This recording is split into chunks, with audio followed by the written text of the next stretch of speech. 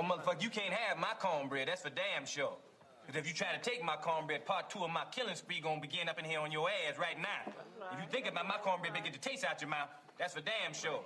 Now, fuck him. Fuck that. Because I'm from New York City, goddammit. Nobody take no cornbread from me. That goes for you and any of you motherfucking farmers wanna try some shit. You fuck around with me, it's gonna be consequences and repercussions.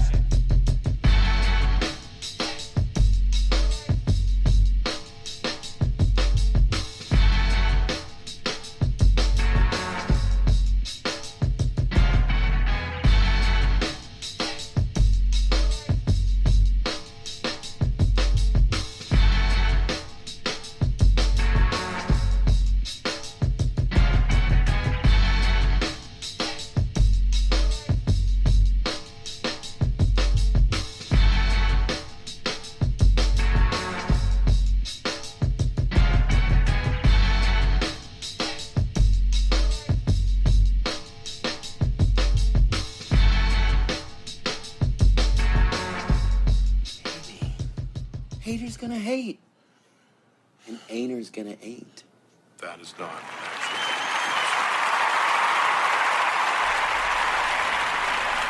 What up, what up, what up?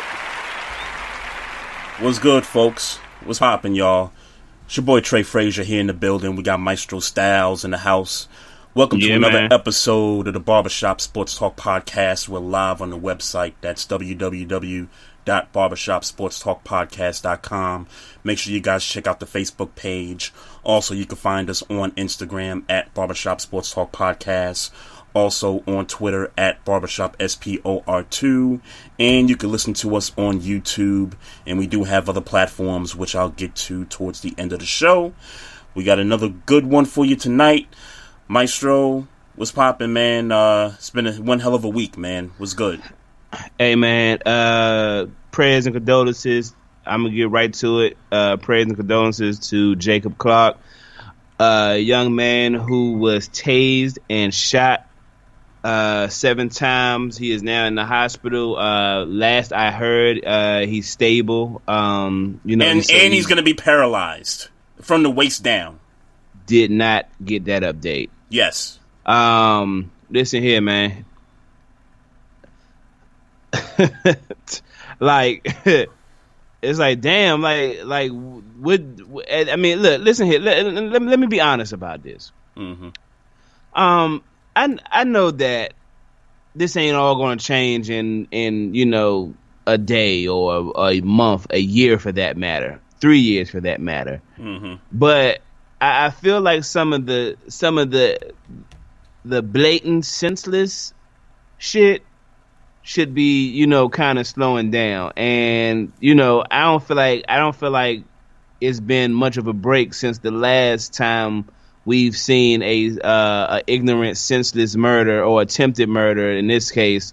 Or at least we haven't heard about it, or at least we haven't heard about it through the news or on camera like you just alluded to.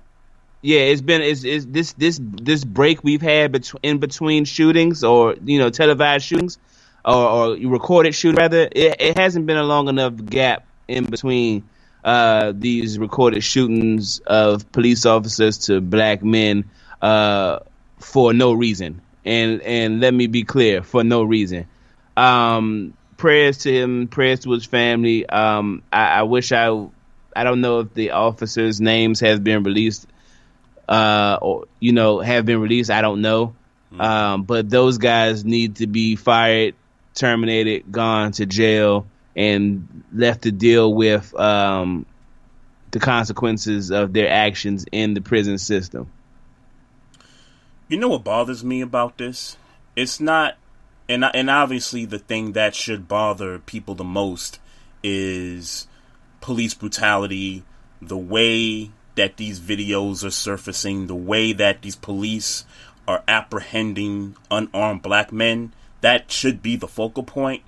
But I'm irritated and I'm pissed off because I think the people, and I'm referring to white people. I'm referring to white people that still want to ignore the fact that there's police brutality that is existing on the face of this earth, and it's happening at an ungodly rate, and they want to turn a blind eye to it.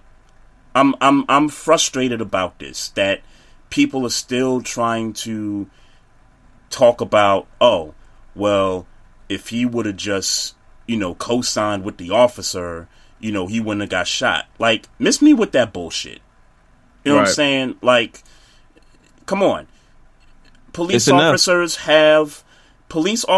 have training and know-how to understand that when you apprehend somebody, you apprehend them alive. If you want to arrest somebody, you take them in, you bring them in alive. Yeah. We hear all the stories. We hear about Dylan Roof, the white kid that shot up 9 black people in a church in Charleston, South Carolina. We heard about what happened after that. Cops took him to Burger King on the way. Mm-hmm. Yeah, went to Burger King on the way, and they apprehended him, took him to the jail, and, he had his day in court. And this man paralyzed. This guy's paralyzed all because he was trying to calm down an argument between 2 people. The cops showed up, and I don't want to hear about he had a warrant out for his arrest. That's got nothing to do with the fact that this guy was shot in the back, close range, 7 times, for no reason at all. Yeah. While his kids were in the truck. That has nothing... Him having a warrant has nothing to do with that. If you want to take him in, then you cuff him, you bring him in, and let him have his day in court or whatever, if he gets released or whatever. Black men, we're not getting our days in court, man. We're being killed on the spot. Yeah, we getting a whole nother judgment right now, man. Yeah, we not even getting a chance to sit in front of the jury or judge. We not getting that opportunity. It's crazy. Even if it's a routine traffic stop, speeding ticket. Okay, give me my speeding ticket. Let me go to the court and fight it. Let me have my day in court. No. Nah, we gotta get killed or paralyzed. Things like what happened to Philando Castile happened on Facebook Live. Guy was, being cooperative. Cop got scared, got shook because the guy said he had a gun in his car, licensed, by the way. Right. And still got shot. Yeah, man. Yeah, I was telling somebody the other day. I was telling somebody just today, man. They was talking about, they was telling me that I need to go to Virginia to go wherever we was talking about, and I'm like, man, I ain't gonna hold you. I'm scared to go to Virginia. like I got a better chance of just getting a ticket if I getting a ticket in PG and Waldorf than I do getting it then Virginia. Like, I don't even feel and we haven't even heard no cases in Virginia. It's just I was just about to say, we haven't heard any cases in Virginia like this. It's just the stigma. It's just the stigma that's been on Virginia as a a native of this area. Mm-hmm. Virginia is historically like the place you don't really want to be in. Yep. If you from the DC PG area, like you don't want to go to Virginia for really nothing. You don't want to get stopped for a traffic ticket because they're speeding. I mean, next to the stigma that there is, the speed limit in the state of Virginia is just insane in terms of how slow you have to go on highways like that. You know what I mean? And now I could get shot or paralyzed is what I'm getting at. And it doesn't necessarily mean that it's not happening in Virginia. It may be happening, it's just not being reported. I'm just saying I feel more comfortable around, more black people. And there's more black people in PG and DC right now. Mm-hmm. And, at least the places in DC where I frequent. Right. And, unless you in that one section of projects in Alexandria. I don't know if you know what I'm talking about. I know about the one in Arlington. I know about a project in Arlington. But I stray from the point. The point is that I don't want to be in Virginia. I'm comfortable in Waldorf, PG. And somebody was telling me it was closer to where I was trying to go to. It was closer to go to the one in Virginia than the one in Waldorf. Mm-hmm. Guess what? I'll take the drive to Waldorf. Yeah. No more Pentagon City. No more Tyson's Corner. I mean, I guess if I gotta go, I'll go. But like I said, I'm just more comfortable. Just not frequent. Yeah. You know what I mean? Yeah, man. Not frequent. Every now and then. I can get shot, man. Yeah. That's really, what I'm afraid of. And of course, I can get shot everywhere else, but yeah, I was gonna say in particular where we live in the state of Maryland, it could happen. We haven't heard any cases like this in the state of Maryland. That don't mean it ain't happening. But yeah, I mean, just about everywhere you're gonna have situations like this, man. I mean, and what happened to Jacob Blake, that was in the hood. You know what I'm saying? Virginia, I mean, they got a couple hoods, you know, Newport News, Richmond, Arlington, Alexandria. They got a few hoods in the state, but the majority of the state is predominantly suburb. So it doesn't matter, man. At the end of the day, man, Jacob Blake should have never been shot in the back 7 times. If you want to de-escalate the situation, either you take him in and, you know, let him get released off or whatever, or you just diffuse the situation from what was happening and you just roll out. That's it. Why did it have to get to that point? I don't know, but we want justice for Jacob Bell. I want to, and you know, we spoke about it yesterday. I want to dedicate this episode to Jacob Bell, to Breonna Taylor, Jacob Blake, Jacob Blake. I'm sorry, Philando Castile, Lamar Arbery, Breonna Taylor, Sandra Bland, Trayvon. I mean, the list goes. Everybody, on all the victims. Yeah. Hell, Rodney King. Let's go all the way back. Right. Emmett Till. Like shit. Like, if you want to go all the way. Let's go all the way back. Yeah. We gonna get into sports obviously, but this it's just like, come on, man. Like, you know, it's just. It's crazy. It's crazy, man. Yeah. Let me go deflating. To the chat. What's up? I said it's deflating. Yeah, it is. And I understand why it's deflating. After all the work that we've done, even after George Floyd, all the reform programs that have been put in place, all the changes within certain police departments have changed. Hell, I think the state of Mississippi had gotten rid of one of their flags, you know, that was, you know, very, you know, not on our side. And yet still, we're still fighting this thing, man, with this country. Now they did all that shit sound like gestures to me though now. Like right now, right this second, all that shit sound like gestures. Yeah, let me get in the chat here real quick. We got Ms. Mocha Bella repping X Squad. We also got happening? Big Kev 303. A1 Day 1. We got Vince Wright with the X Squad. Yes, Sports sir. Done Right. Also got the homie RC, the boxing aficionado. Appreciate everybody in the chat, man. Big Kev 303 in the chat says, check out the story on Elijah McClain. And that's another name. Yep. I'm here. Yep. I'm here. Yep. So, yeah, another guy, you know, Yeah. falling victim to this stuff, man. It's just crazy, man.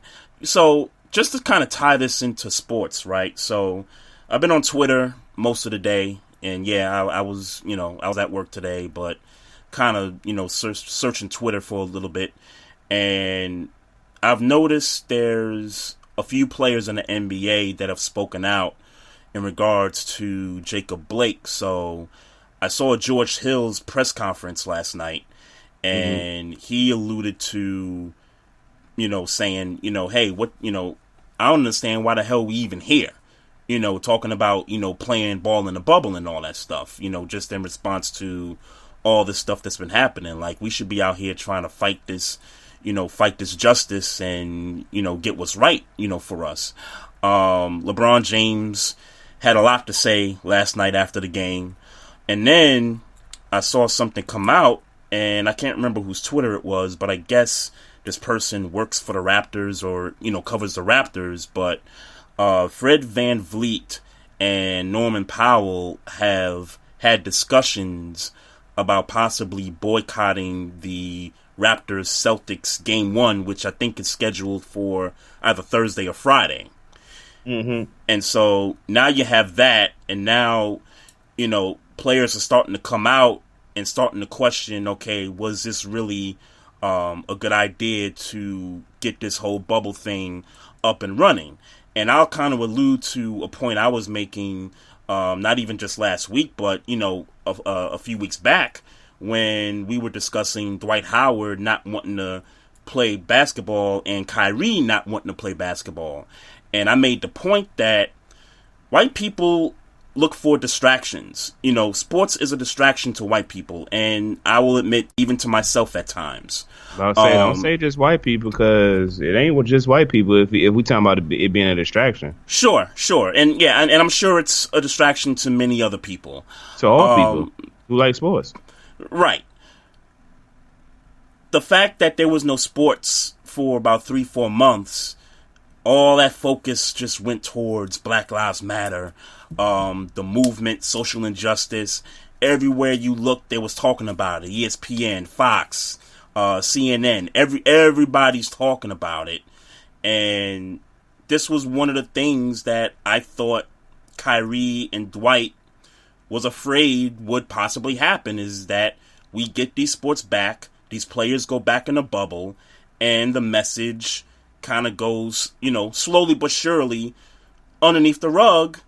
And now that this thing's happened, and I'm not saying that, them playing basketball was going to keep Jacob Blake safe. I mean, that's not why Jacob Blake got shot. Jacob Blake got shot because, you're dealing with, white systemic oppression and, police officers not doing their jobs correctly. I think these players are starting to realize, man, like, we in this bubble playing, but, we need to be doing some stuff out there. Like, Black Lives Matter on the court is cool. Skating for Black Lives Matter when it comes to the NHL, that's cool. Major League Baseball praising Black Lives Matter, that's cool. But gestures. Exactly. It's all gestures at the end of the day, and I think these players are starting to wonder, what, maybe it's about that time. And even Fred VanVleet said to himself, hey, when are we going to start to really, really sacrifice our stuff? And when I mean stuff, we talking about the bag, we talking about playing time. When is it going to get to the point where players are just saying enough is enough? I don't want to play. Well, first of all, and I wanted you to finish your point, but I really wanted to cut you off and tell you and say that Dwight Howard is playing basketball. So in my mind, he's null and void from any of that conversation. To me, respectfully, because you have your right to play, and I don't know how his mind changed from that TV interview he did. But just to cut you off for a second, I wasn't so much focusing on him per se. I was just focusing more on the message he put out there. If you want to, go ahead and, delete him from the conversation, that's cool. I was just pointing more to the message and kind of saying, hey, you know what, maybe he is onto something. Now, he didn't live by it. And so how concerned was you really about the message? Who, me personally or Dwight? No, Dwight Howard. But that's what I'm saying. I don't care about how he feels about it. He said something that was pretty profound, and I took it and I said, you know what? He may be right about it, and he's just not living up to that. But I think that message of maybe the sports. What's that? I don't think he was right about it. Yeah, I mean, but again, that's why I'm focused more on the message and not the messenger. Let me ask you this then. What does Norman Powell and Van Vliet not playing game one? What does that do? I don't think it does anything. Like, it's not going to stop another black man from getting gunned down in the streets. I could tell you that. So why do it? Now, and I don't know this to be the answer, but I'm thinking, okay, maybe these guys are trying to put a dent in the league's pocket, because when you think about boycotting the game, what are you thinking about? You're thinking about the television production.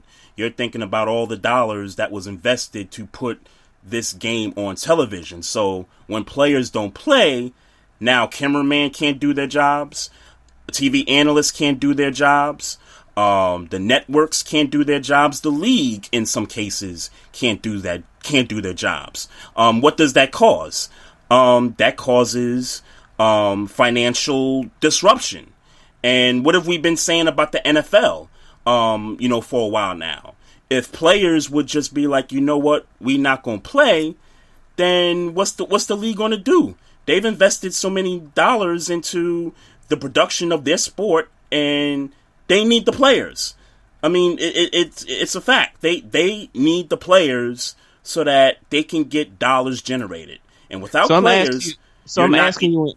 I'm sorry to cut you off, but I'm asking you in ignorance. I'm brainstorming. I'm trying to come up with some ideas, which I don't have. I'm not leading to anywhere in specific. Right, and that was just an idea that I just thought about. If I'm trying to get into the brain of Fred VanVleet and Norman Powell, I'm thinking that's what they're thinking about.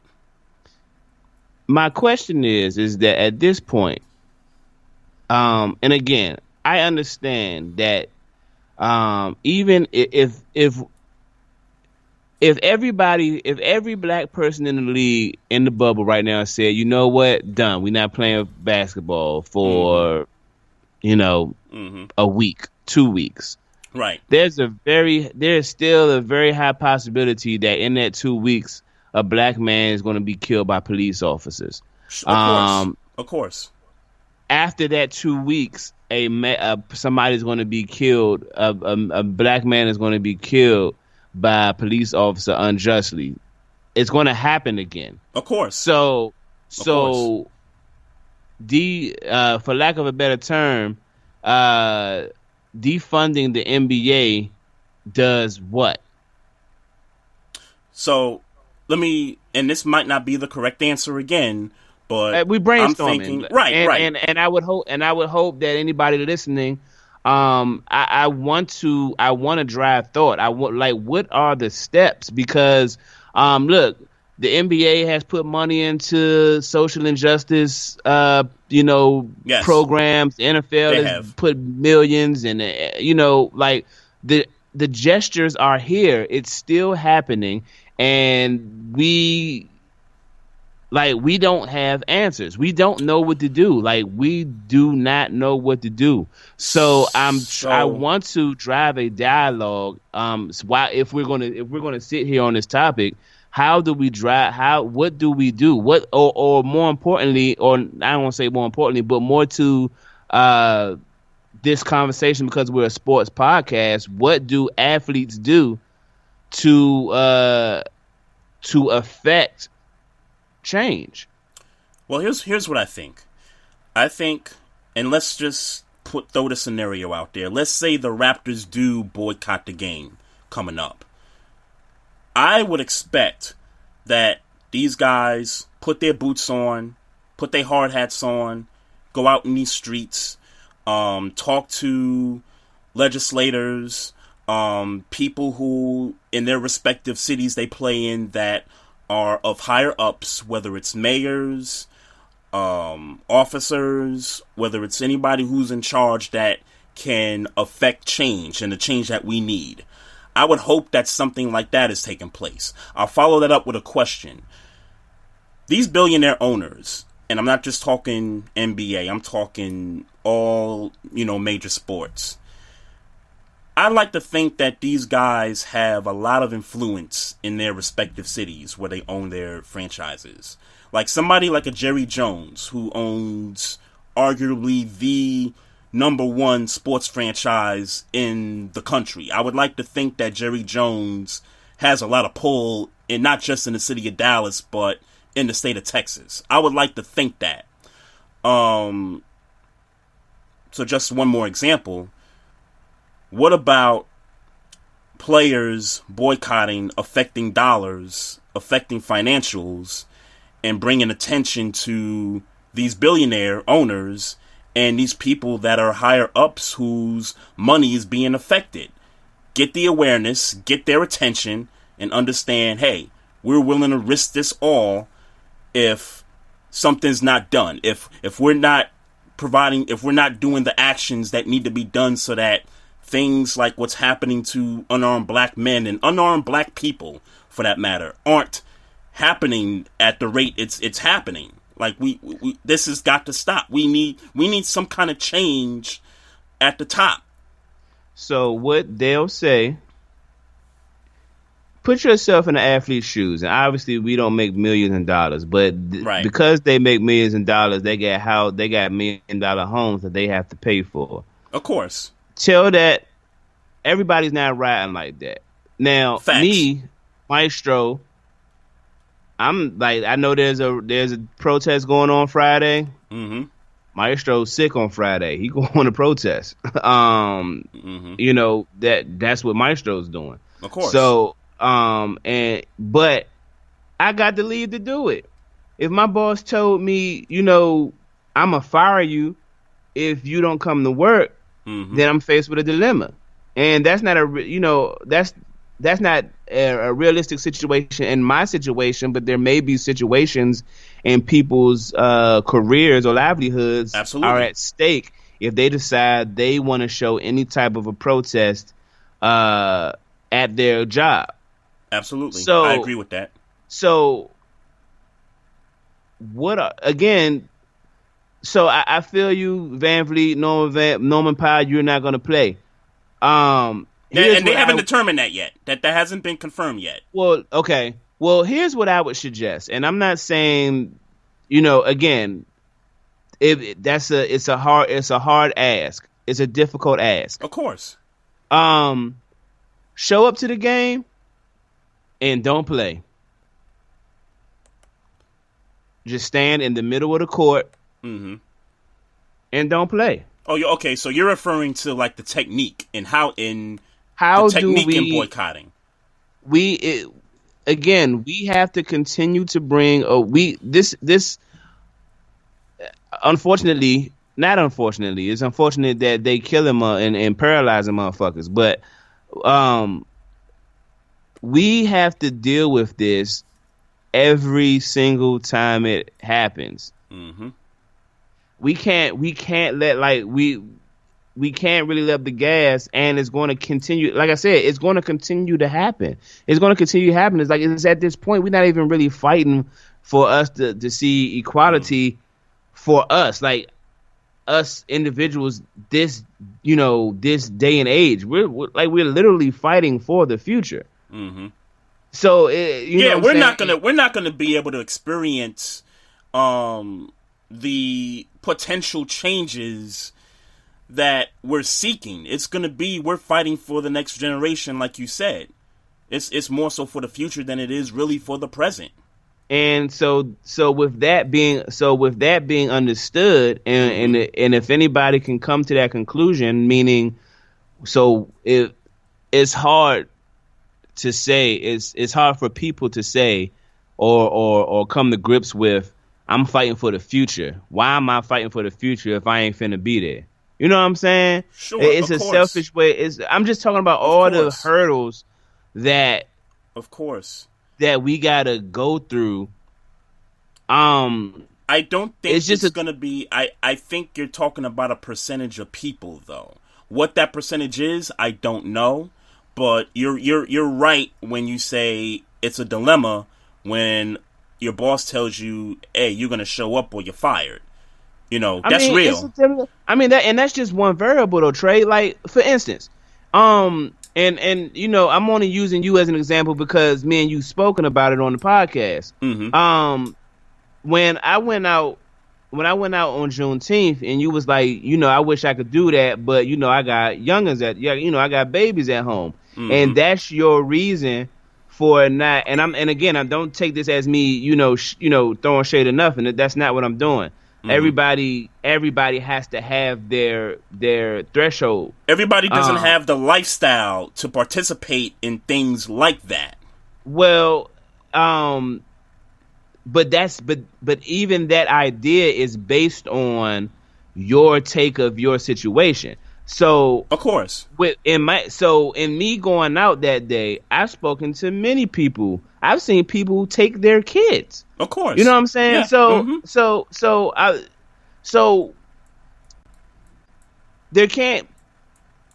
there's no right or wrong. What I'm saying, I guess, what I'm saying in the end is that every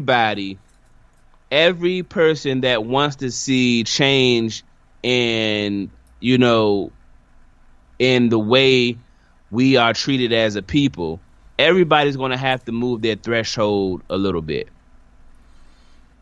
I think that's what I'm saying. Everybody's going to have to move their threshold a little more. Sure. Because that's what could be happen. That's possibly what could be happening with guys like George Hill, LeBron, Van Vliet, Norman Powell, guys that have spoken about this, after these games last night. So I think maybe they're starting to inch closer there. I mean, let's hope that that's the case.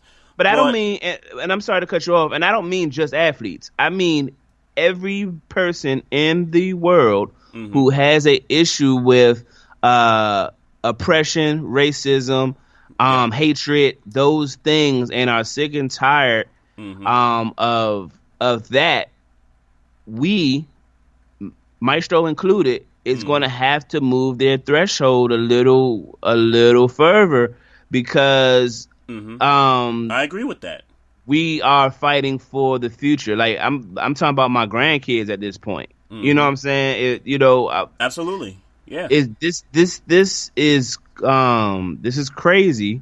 But it's the world we living in, and it's either fight or flight.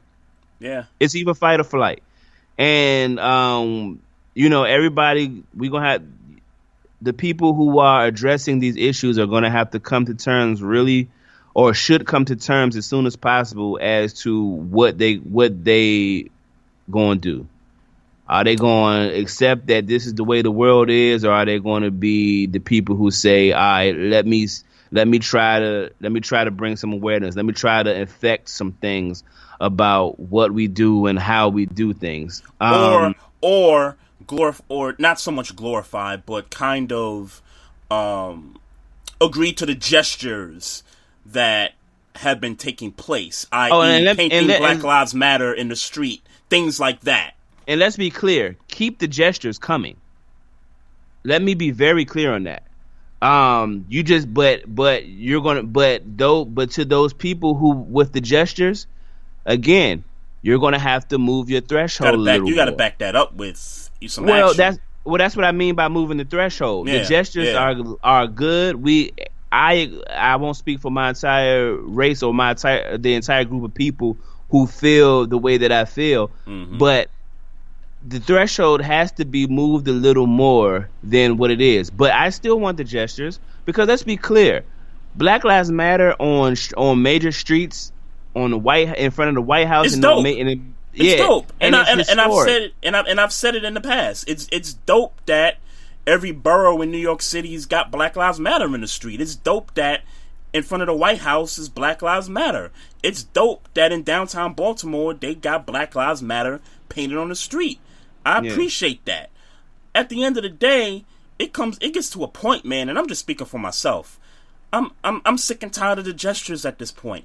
I want some real change, and I get that we're gonna have to add, or we're gonna have to put more sacrifice into actually putting the boots on and strapping the helmets on and getting out there and really starting to affect change. I get all that.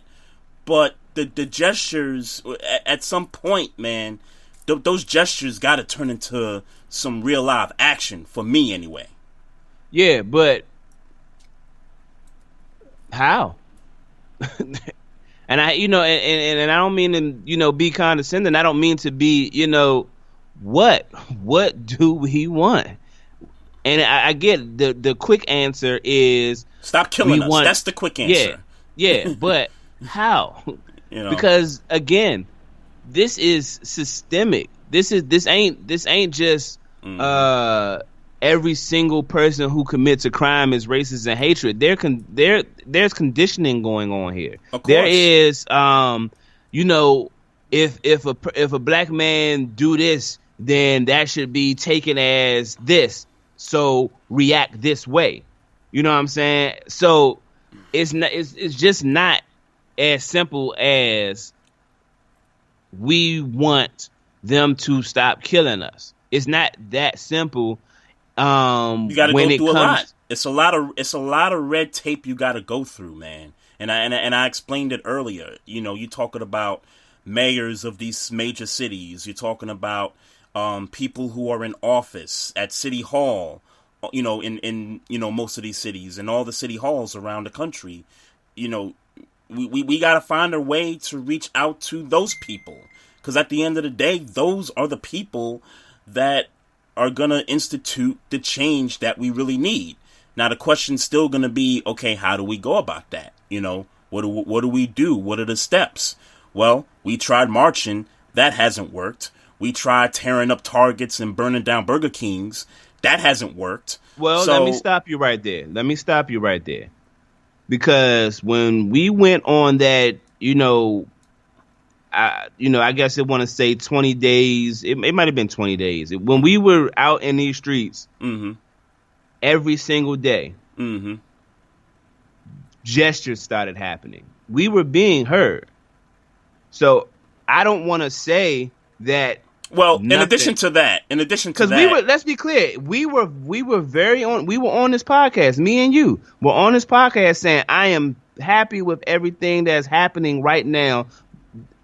And because of what in the moment, in the moment, we were happy with what was going on. So, I'm not going to sit here and say that we haven't made any progress. I will say that, it's about as minuscule as the amount of money you get paid per stream. As a artist, as a producer, you know what I'm saying? Like it's like hundredths. If we're monetizing it, it's like hundredths on the penny. You know what I'm saying? Like we not. It's small steps, but it is steps. We just got to figure out how to. We just got to come at them harder. We just got to come at them harder, and that's what I'm talking about. And I didn't mean to say that we haven't experienced a lot of change, that we haven't taken steps. We definitely taken steps, no question about it.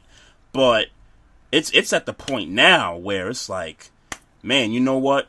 We lost the attention of white America because sports is back, and now we're at this point again, and now the players themselves have a different feel to it now. Now, you're already seeing conversations about boycotting games and things like that, which I hope.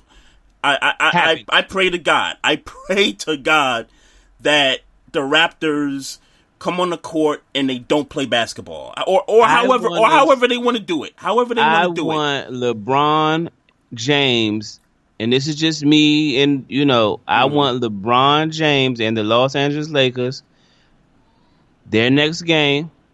I want them to not play. I want them to go out on the court and say we're not playing tonight. Yeah, and I hope it's a virus that spreads. I don't mean to use virus. That loosely. That's not a good term to use, right? But everybody knows what I mean. Like, I hope the conversation that Van Vliet and Norman Powell had, I hope it trends. I hope that transpires through the rest of the teams that are still left in the bubble.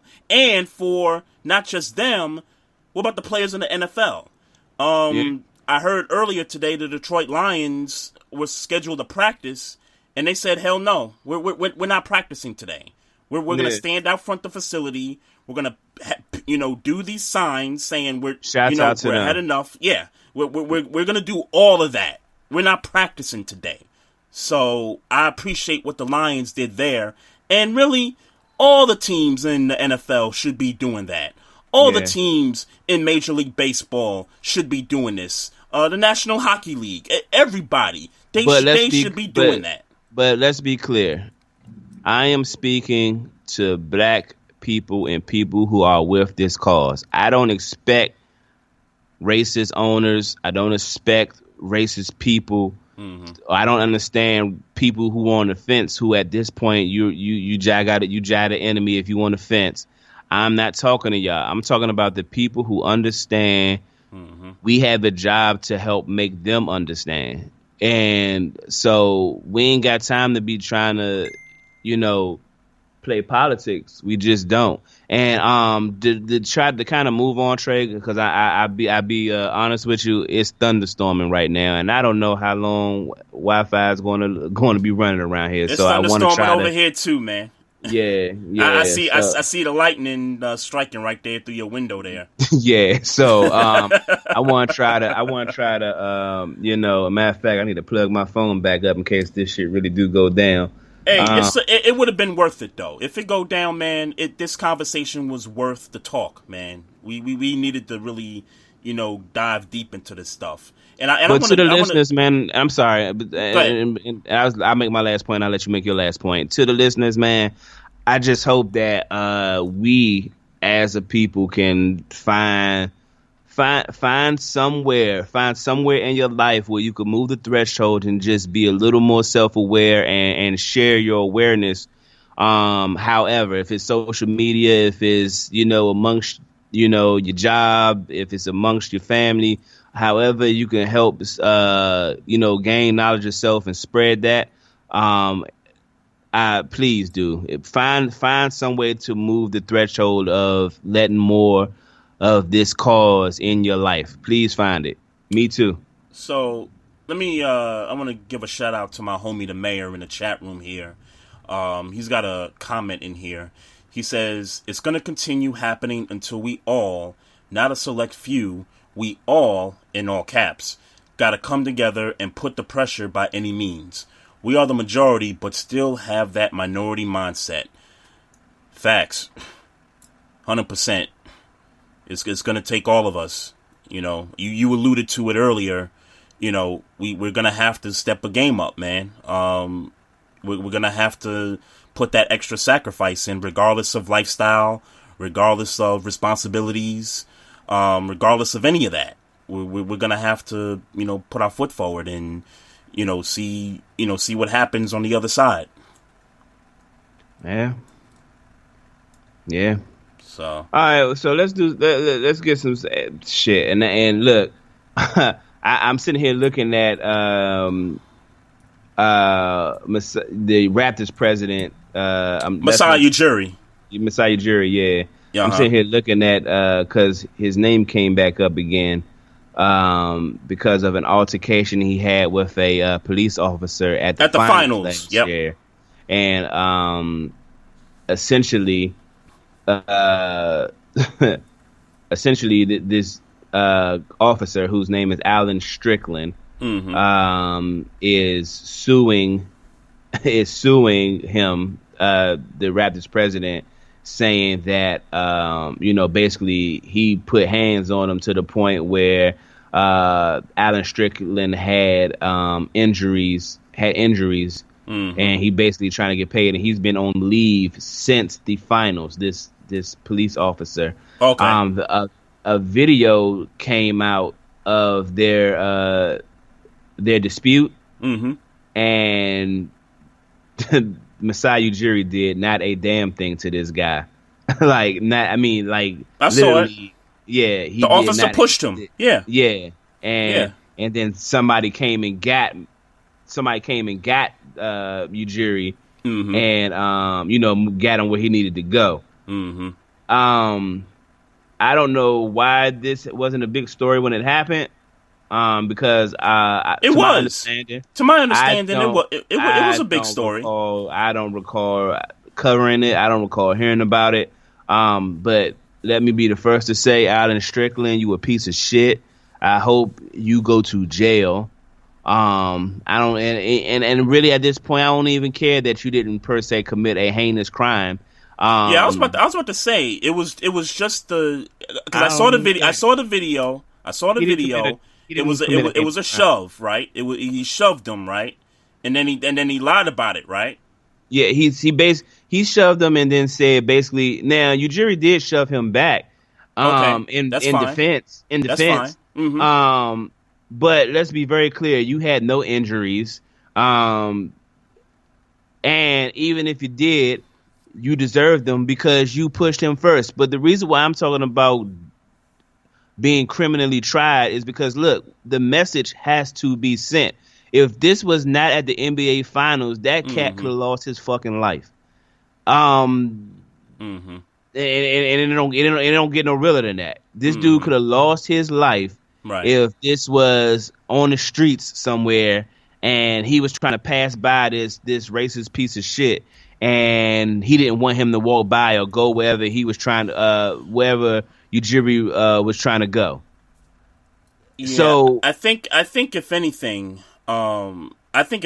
he should lose his job. If anything, he should lose his job. The precedent has to be set.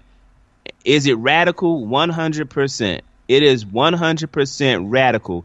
That, because let's be, and let me help try to put it in perspective. This nigga, Alan Strickland, this nigga is ain't no other way to say it. This nigga is a peasant in comparison to the Toronto Raptors president. This nigga is a peasant, a pawn on the chessboard. And because of the color of his skin, this is a story, and this is being tried as if Masai Ujiri did something wrong. Right. This is the president of a NBA basketball team that got to deal with this bullshit because you a racist piece of shit. When he said to you, I am the president of the Toronto Raptors, and went to pull out his credentials, that's what we talking about. A peasant, a nigga who just had basically at that NBA finals, you were security. That's who you were. So charge him with assault. Charge him with assault. Then you got to charge him with something. You got to set the precedent. And that's my point. That's my point. I'm saying you can't throw a guy in jail because he shoved somebody. If you're gonna throw a guy in jail, you label him with something. Assault. Hey Trey, I'm with that. Yeah, you can because they shooting niggas for nothing. So yes, you can. Yeah, sure. They can go. Yes, you can. Sure. You can go to jail for shoving somebody. Yes, you can. Sure. They shooting niggas for nothing. Sure. So okay. So now anybody else that shoves somebody else, regardless of color, we just gonna throw them in jail too? No, I'm talking about this piece of shit.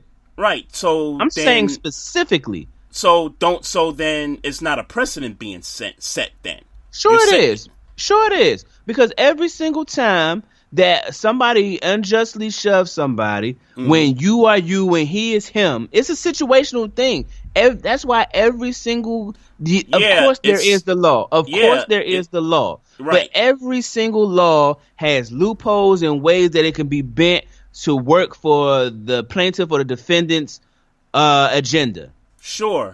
So there's always that. There's always that. It's situational. It's situational, but it's not I wouldn't consider it being a precedent set. A precedent set is when you do something, you send a message, and you continually enforce this particular law, regardless of whoever it is, regardless of who the victim or the suspect is. So every time a police officer unjustly pushes a black man and he gets fired and gets tried, that's a precedent because it doesn't happen. That's a precedent if they set it consistently.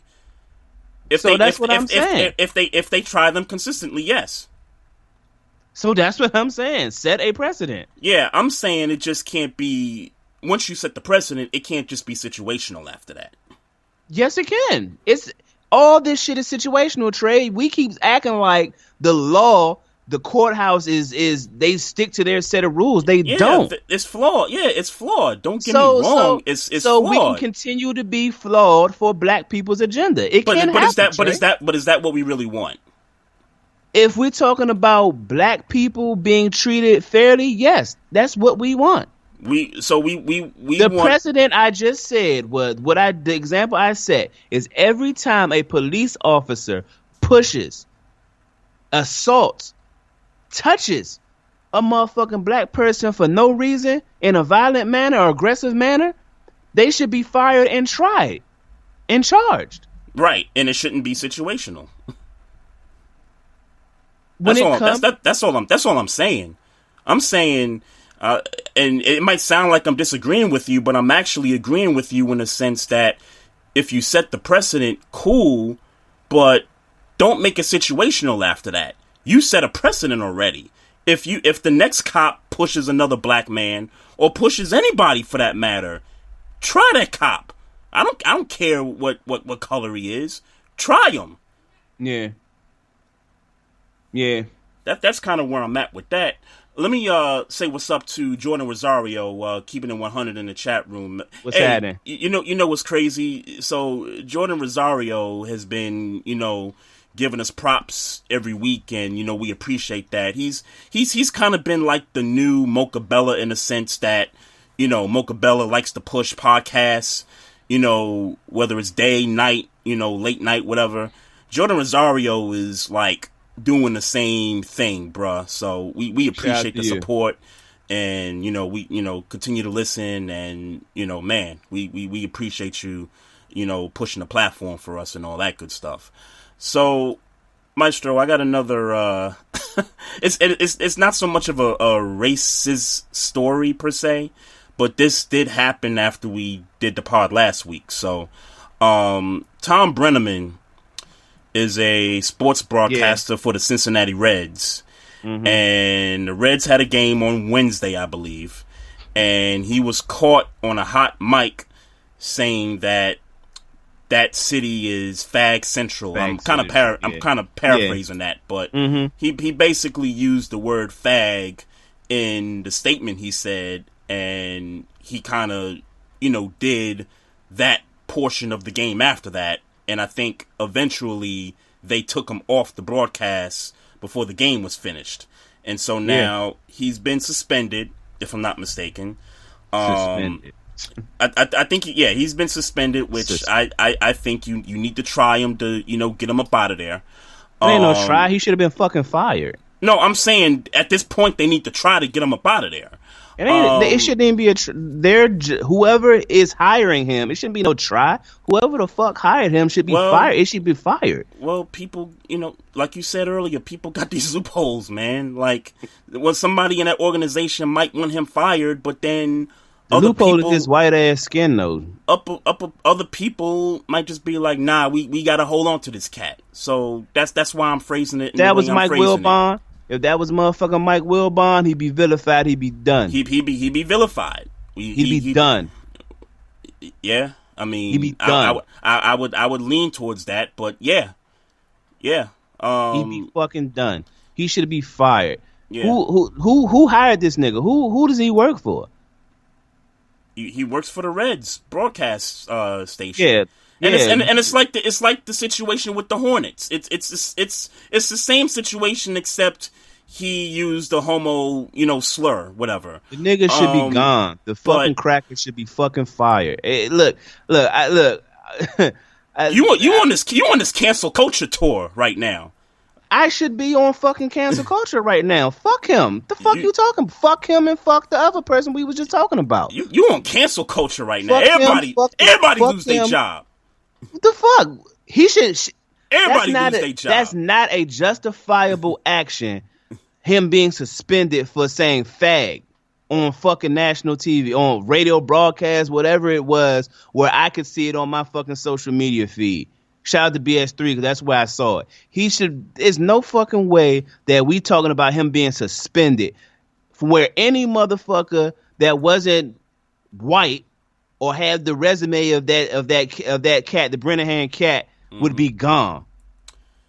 It wouldn't be no argument. It would be no conversation. It'd be fired because that is unacceptable behavior on that platform. Period. He should lose if you was doing a podcast, you might could get away with being suspended because that's podcasts that we got a little more of a license to say things because of our platform. Unless you have to click onto us. I'm not gonna get into that. You got to click onto us to listen to us. So if you click onto us, you're responsible for what you hear.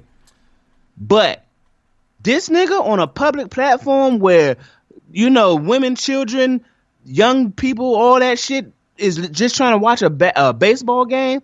Gay people and straight people alike got to listen to you call them a faggot in that city. And niggas just cool? He should lose. He being Tom Brenneman should lose his job. Fuck that bullshit. My point is that unfortunately there's dudes in that organization that's gonna try to hold on to this cat, and it's disgusting. And that's bullshit. And this is my platform or our platform. But right now, I ain't saying it's not your platform. But I'm taking right now, this is my platform. That's bullshit. And his bitch ass should be fired. Yeah. Straight up. It's our platform. But it's cool. Yeah, I get that. Obviously, it's our platform. It's 50-50. But fuck that nigga. He should be fired. He shouldn't be working in baseball broadcast. Nigga, you should be starting a podcast now, so you can say the fuck you want, and we ain't got to hear that bullshit. And I tell you what, should be fired. And I'll take it a step further, because he also does NFL games for Fox. He shouldn't do NFL games for Fox either. None of it. You should be done. Like I said, thank God for podcasts, and thank God for podcasts. So when people fuck up like how they fuck up, they got a means to eat. Mm-hmm. But he should. I wouldn't be mad if he never ate in the sports. Yeah, he need to hide. World yeah, he need to go hide somewhere. I would applaud the fact if he never ate in the sports world again. He should be fucking done. Retired. Go somewhere, man. Go somewhere. He should be done. Because you can't. I mean, that's broadcasting 101. I don't pretend to know all the ins and outs, but anytime you're in a commercial break, you don't say shit. you don't, without knowing that you're not going to be picked up. You can't even be super critical about a motherfucking sports athlete on a broadcast. You can't even. You stick to facts and stats. That's why I could never do it. Yeah. So, bruh, he went there, my nigga. He went there. Yeah. Oh. Well, what the it doesn't fuck? matter. What the fuck? You sitting there? You at your job, my nigga? What the fuck is he doing? He's at his job. Yeah, I would ask this question, but it doesn't matter. I'm not even gonna get into anything funny. Yeah, I don't want to be angry no more, Trey. I don't want to be mad no more. This is like, this is yo. So this is a side note, right? So I'm on this cancel Chick-fil-A tour right now. Like I haven't even eaten a sniff of Chick-fil-A since that whole email, came out, whatever. Yeah, me neither. Man, I've been trying to get people, to ride with me, man. I don't care. I don't even care. Sure, it ain't working. It ain't working. It ain't working. I don't even care. I know what I stand for. I'll stand by myself. I stand by myself, my nigga. Like that's what I'm coming to grips with. Like, nigga, fuck. Like, dog, I recently had a situation where it's like a nigga was like, yo, I fuck with you, I'm trying to support you, this, that, and the third. And the motherfucking second I ain't agree with some shit that he wanted to do for my shit. Niggas like, yo, like he ain't fuck with me. No. It's like, dog, it's me. It's me, dog. It's me by myself, nigga. Fuck all that other shit, dog. By myself. It's me. I'll stand by myself, dog. Fuck all that bullshit. Right. Yeah. Look, 3 months, still going strong, man.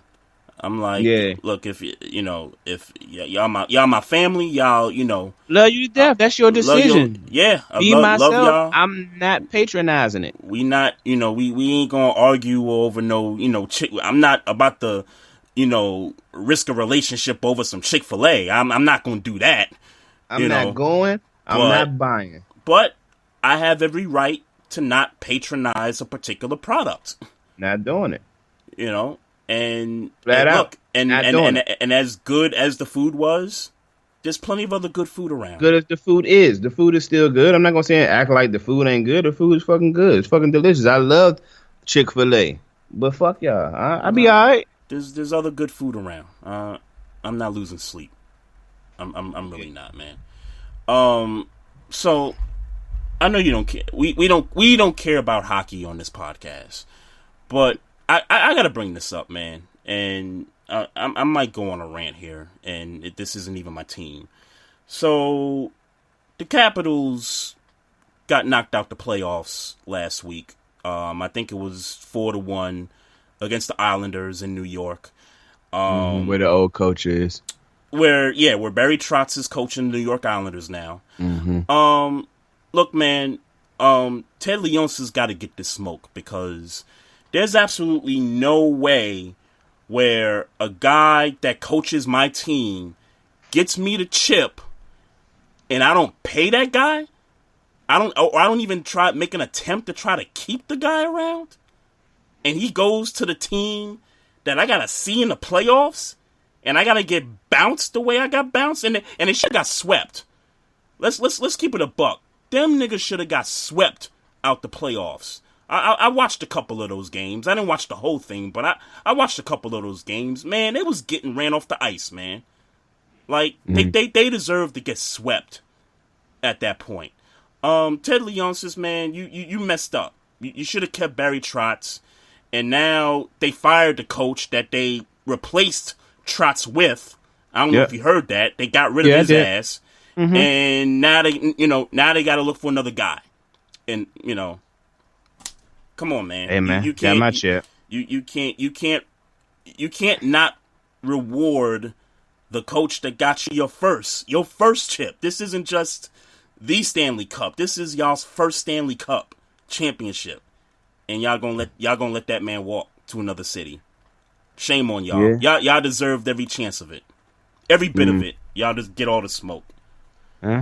Seems poetic to get bounced out by the coach that got you the chip. I mean, he was a good coach for a reason. Yep, and it should have happened last year when they were supposed to meet in the playoffs, but Caps got knocked out early, so they didn't get a chance to go see Trotz over in New York. But it happened this time, and so now Trotz is returning the favor. Yeah, and he should. Good for you. He should. What direction you want to go? You want to get to this Earl Thomas stuff, man? Yeah, sure. Since you already said it, and I think that's the only thing football we got. I do want to say real quick because I know Earl Thomas might take a little longer. I do want to say prayers for Ron Rivera. Prayers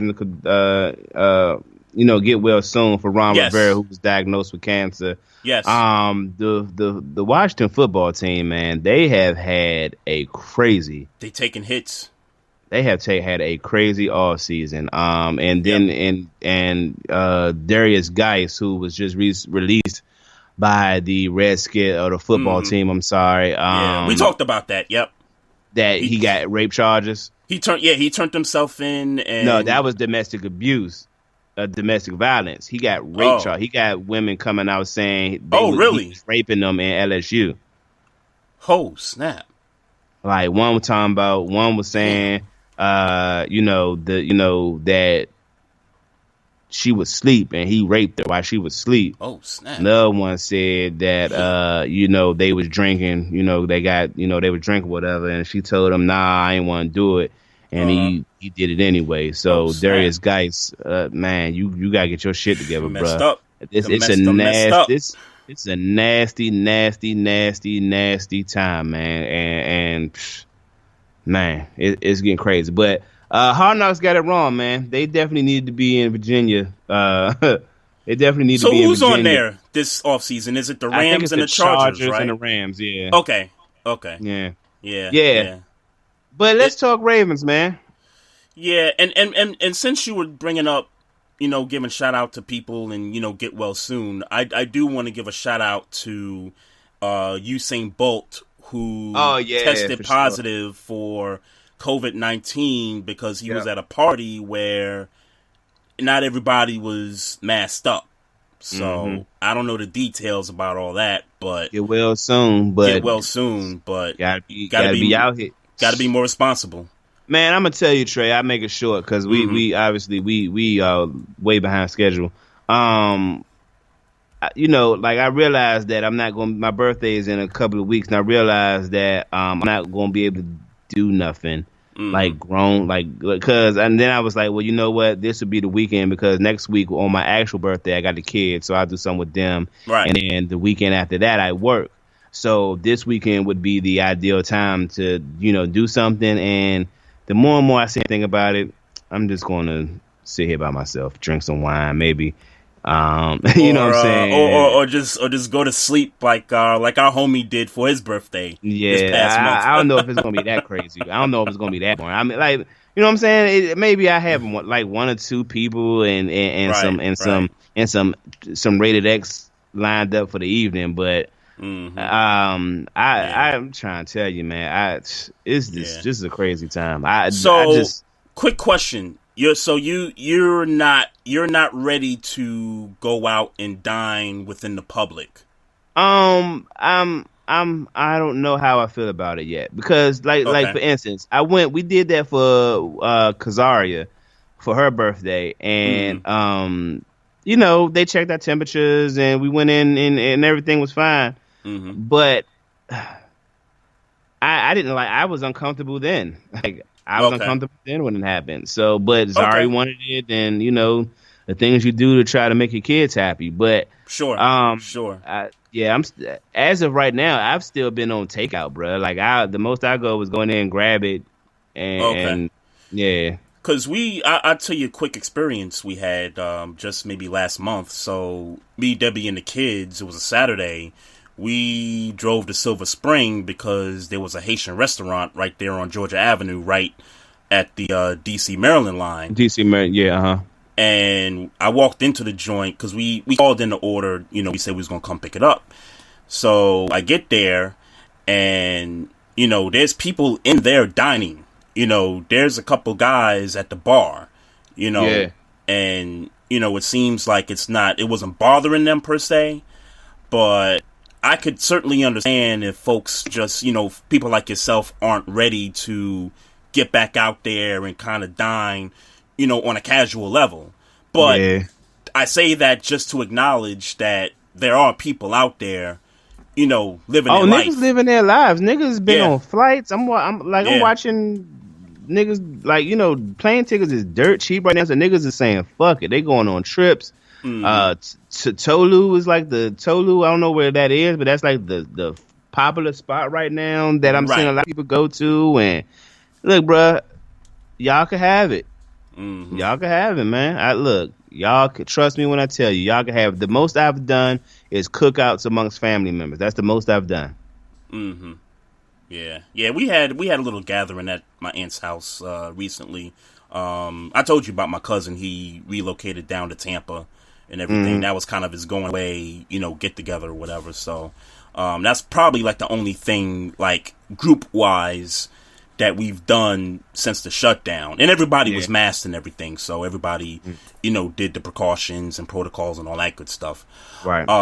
So Earl Thomas, so let's go back maybe a few weeks, maybe a couple months ago. So we talked about the orgy situation with his brother and his girl, his wife pulled, drew the gun on him and was like, yo, let's go, and that situation happened. I was of the opinion that the Ravens shouldn't cut him based off of that, as long as it wasn't a story that was going to continue to fester through the media and all that stuff, which the story didn't. The story, it came and it went. Right. So, all right, cool. So we get to training camp and he snuffs Chuck Clark in the grill. All right. Steve Smith Sr. punched a dude, in the face when he was with the Panthers. Fights happen all the times in training camp. They happen literally all the time. All the damn time they happen. Yeah. These fights happen. So here's what I'm pissed off about. And I understand everybody likes to lump instances or incidents, to make it one big snowball effect, right? So, he shouldn't have been cut because of the fight at training camp. And this was just me reacting, live as it was happening. When the tweets started coming about, he was sent home. Now the team is talking about trying to cut him or trade him. And I'm like, wait a minute. Based off of a fight at training camp? Is this where y'all going with this? So I'm like, all right, look, y'all. Something is up. Like, something is seriously going on, because if a team is thinking about cutting an all-pro safety, and granted he's, not what he once was, but that dude has got a resume on him, and you want to cut that guy because of a fight, then it's more to it than just a fight. So I started seeing tweets from Ravens players, right? And I retweeted one from Willie Snead that said, "Hey, either you with us or you ain't." And I'm like, "Oh snap!" Like there is something, more to it than just a fight. Like niggas don't want him around. Like niggas don't want him on the team. Right. For whatever reason it is, whether it's being late to meetings, whether it's showing up unprepared or what. Like, or not showing up because you had to get your car washed. Right. Niggas don't want him around. So it's like, damn, all right. So I guess niggas don't want him around. So, they pulled the plug on the contract. They trying to get some of that money back. I think it's like $10-11 million. Shit, to my understanding, they took a loss of like $22 million. I'll look into that because I did see that figure also, but I just don't know what context I saw that figure in. I read something like $10 million that the that's Ravens how much are trying to get back. No, I think they get the $10 million because they cut him because of conduct detrimental. Right. So if you cut him because of that $10 million that I guess was owed to him this year, is void. So they get that money. That was my understanding. Okay, yeah, no, we're on the same page because my thinking also is that $10 million goes back into the salary cap, and so now they got $10 million. Like if they wanted to go get Clowney, they could do that. You know what I'm saying? I seen somebody tweet, "Let's go get Tony Jefferson again." Oh, word? I said, man, you get the fuck out of here with that. Matter of fact, bring Tony Jefferson back. Yeah, bring him back. Bring him back to Baltimore. Go ahead, bring him back. I mean, it's not like he's a major piece or something like that. It's not like he. Let him play free safety. I welcome y'all bringing Tony Jefferson to play free safety for the Baltimore Ravens this season. I'm just making a point that Tony Jefferson is not gonna make or break the outcome of this season. Like, I don't even know why someone even tweeted that. I mean, for real. Like, and that's the other part that I'm, kind of frustrated about is, these fans are already like, oh, you let go of an all-pro safety. Oh, we in trouble now. Oh my God. Like, people, calm down for a second. He was not that good last year. Like his best highlight was knocking Mason Rudolph out of a football game. Like you could point to him getting stiff-armed by Derrick Henry. You could point to him whiffing on not chasing Nick Chubb. I mean, like, oh yeah, that was a fire highlight too. He's had a lot of those like moments, like bad moments. So if that's what y'all calling for, something wrong with y'all. Y'all want that guy back. Like, come on, man. I'm past that. Let's get the season going, man. Put Deshaun Elliott in his spot. Let's get it going. The mantra's always been next nigga up. So let's get it on, man. Next nigga up, huh? next nigga up. Like it's always been that way. It's always been that way. That's nothing new. Hey, man. Every position can have a superstar at it. Yeah, so when I saw the conversation on Twitter about, they should cut Earl Thomas and save the $10 million. Mm-hmm. That's why I tweeted you immediately. I was like, oh, so they should cut him? Like, you think they should cut him? And and then I got into the conversation with Chibs. Shout out to Chibs, but because to me it made sense. My angle with you is that all right, the nigga wasn't playing all that anyway. He got into all that. He seemed very disinterested. Like, and now looking back, or like now that I'm seeing the stories about late practices and missing assignments and not doing the proper preparation and all that, it says to me that Earl Thomas was disinterested in playing for the Baltimore Ravens. They had the bag. They had the best situation. Right. And so he went there because they had the best situation. And he really wants to go to Dallas. Let's be clear about that. He wants to go to Dallas. Right. So the Dallas situation clearly didn't work out for whatever reason, and Baltimore had the best bag, as a runner-up. So he went there disinterested, didn't really want to play. Then, all the off the field shit started happening, and then the practice play, which that is in question, where he got into a fight with Chuck Clark. If you saw the play, he went to blitz, and then he freelanced. He made the decision on his own that, hey, I'm going to go blitz. Yep. And neglected his coverage, and then a touchdown was scored in that coverage. Chuck Clark got frustrated because why would you blitz if that wasn't the situation, right? And if that wasn't your assignment, and he didn't even, to my understanding, didn't even say anything to Earl Thomas. He took his helmet and threw it on the ground in frustration because of Earl Thomas didn't say anything to Earl Thomas. Yeah. Earl Thomas confronted him when he saw him throw the helmet, and then he stole him. Yep. So he stole him. He punched the nigga in the face, and he got sent home. And everybody was on the side of Chuck Clark. One, because of obviously the disinterest that he seemed to have on that team, and two, because he was in the wrong, not only in his reaction to Chuck Clark, but he was wrong on the field in his, in breaking his assignment.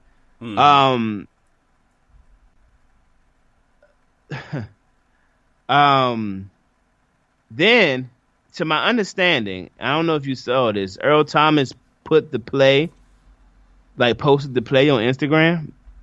Did you see that? I didn't see that.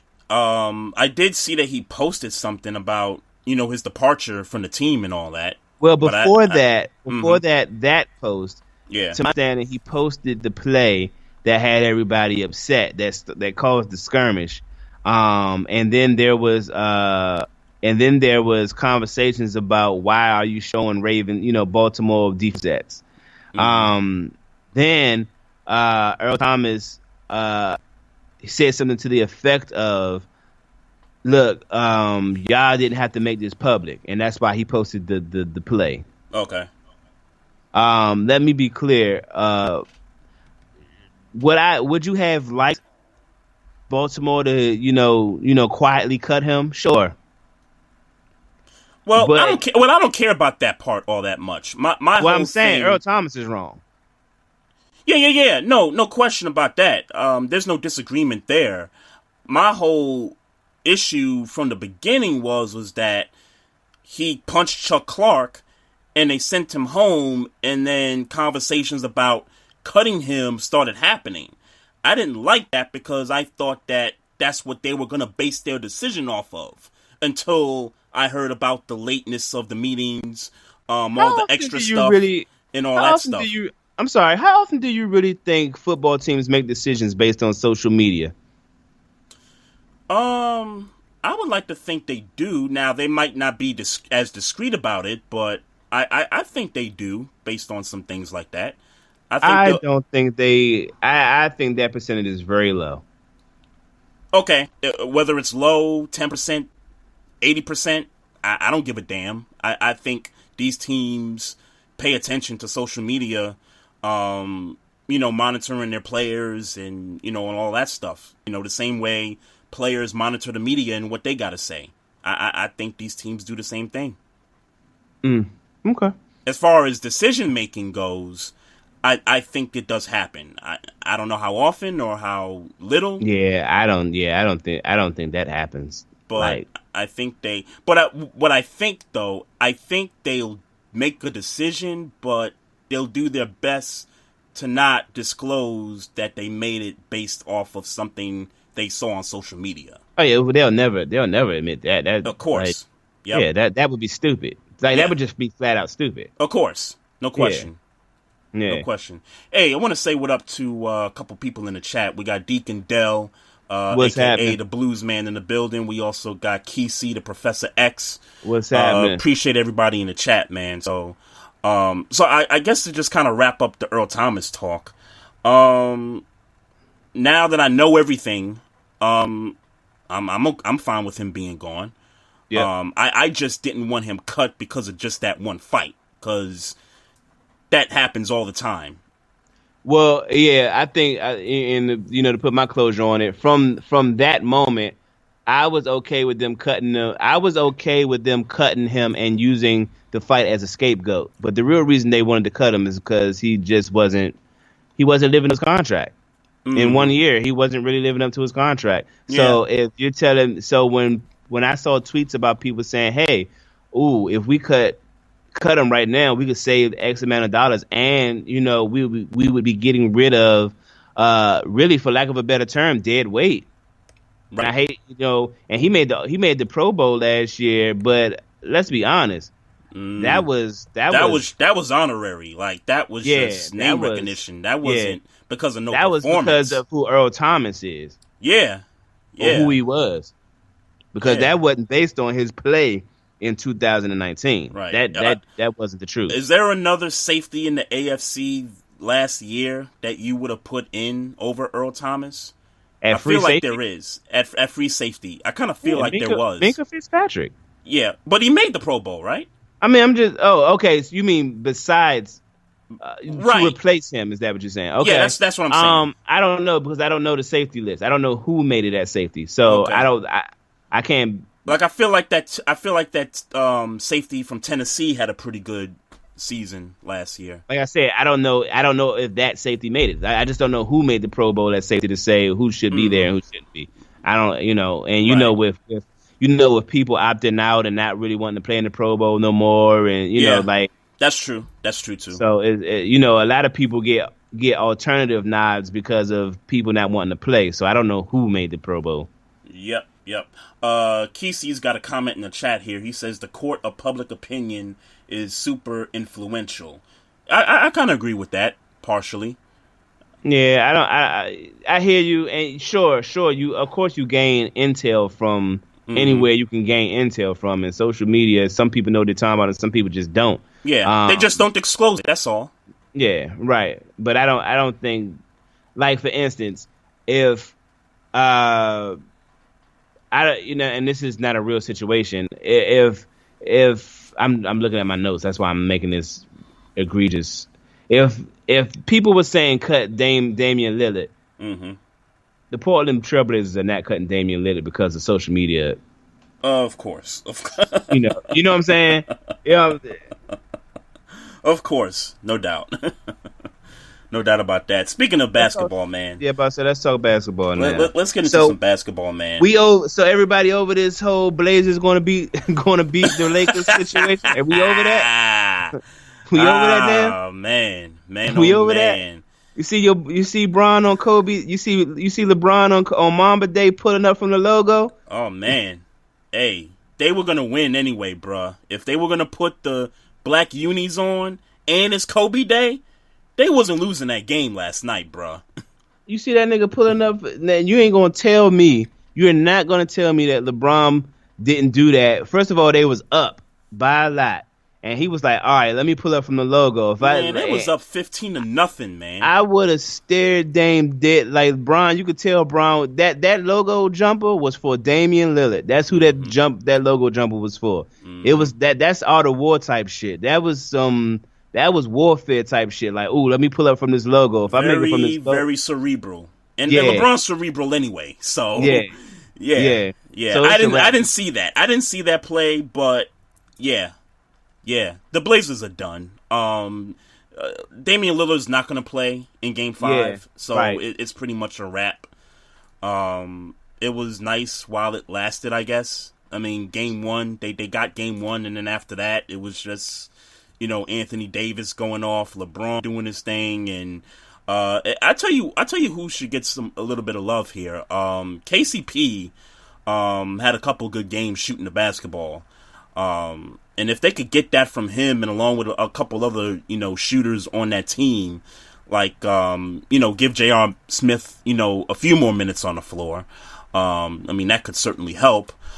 Man, the Lakers are the favorite to come out of the West if they keep playing like this. Look, it's hard for me to say that, Trey.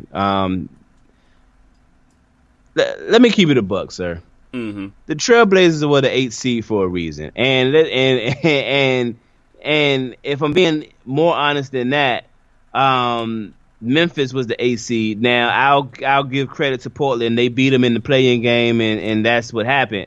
Yep. But have this bubble situation not be happening, it's my understanding that Memphis would have been in the playoffs. The Portland Trailblazers wouldn't have the. They would have had to finish 10 or 11 games in the regular season. So I can't guarantee the Grizzlies that spot. Yes, right. But as it ended in the bubble, the 8th seed was the Memphis Grizzlies, if I'm not mistaken, right? No, it was the Blazers. They were the 8th seed. They were 9. Yeah, the Grizzlies. Okay, I didn't 9. know it switched. Okay, that's my fault. I didn't know it switched. It switched. But to answer the kind of, I know you asked a rhetorical question about the Blazers. There's a reason why they were the 8th seed. The reason why they were the 8th seed because of they trash. The reason why they were the 8th seed was because they had injuries early on, and they wasn't playing well. Nurkic was out. They traded a couple of guys that I thought were better defensive pieces than what they got now. Melo just came onto the team late. There were so many things happening with that basketball team that, compared to what they were last year. I mean, they were the 3 seed last year, and, to come out this year and look the way they looked, I think those are some of the things you point to. You point to Nurkic injury. You could point to Melo getting to the team late. I think Dame Melo was doing his thing. Come on now. Melo was doing his thing, though. I'm not saying he wasn't. I'm just saying in terms of the team, in terms of the changes that they had to make in season, that was a part of that. Melo coming to the team was a part of the change that they were going through. So if there's an answer for why the Blazers were the 8th seed, to me, it's that. Combined with the bubble situation, of course. And look, but I never thought that they were gonna upset the Lakers. They weren't a good defensive team. Let's be clear about that. They weren't all year. They weren't a good defensive team. And can I point this out too? Not to cut you off, but sure. I wanted to point this out. The Blazers' offense was some shit in this series. I just got to be honest about it. They normally put up a lot of points. They offensively, they can get it going with the 3 ball. Their offense was some trash in this series. But they was riding. Look, I've seen it before. They was riding this Damian Lillard wave. And you got to watch, but you really got to see. Let me say this. They beat the Brooklyn Nets. What, by 1 point? Yeah, by 1 point. And Damian Lillard had to go the hell off. You know what I'm saying? Like, and they struggled to beat the Grizzlies in the playing game. Yeah, and I give CJ McCollum some credit because he had some moments in that game. But all that to say is that they got into the playoffs, like that run into the playoffs. They weren't playing nobody. They wasn't playing nobody, and their defense is trash. Defense is trash in Portland. So it's like, what's going to happen? And like I said last week, what's going to happen when LeBron decide, all right, I'm done playing? Who going to guard him? Yeah. Who's going to guard him? You're not going to put Carmelo. You could try to put Carmelo on him, and God bless Carmelo's soul. He an offensive genius. He played defense on him pretty good in game 1, though. I give him credit for that. No, I give him credit. I'm sorry. Come on, son. You can shoot him that bell. Come on, son. LeBron was playing. No, LeBron wasn't playing.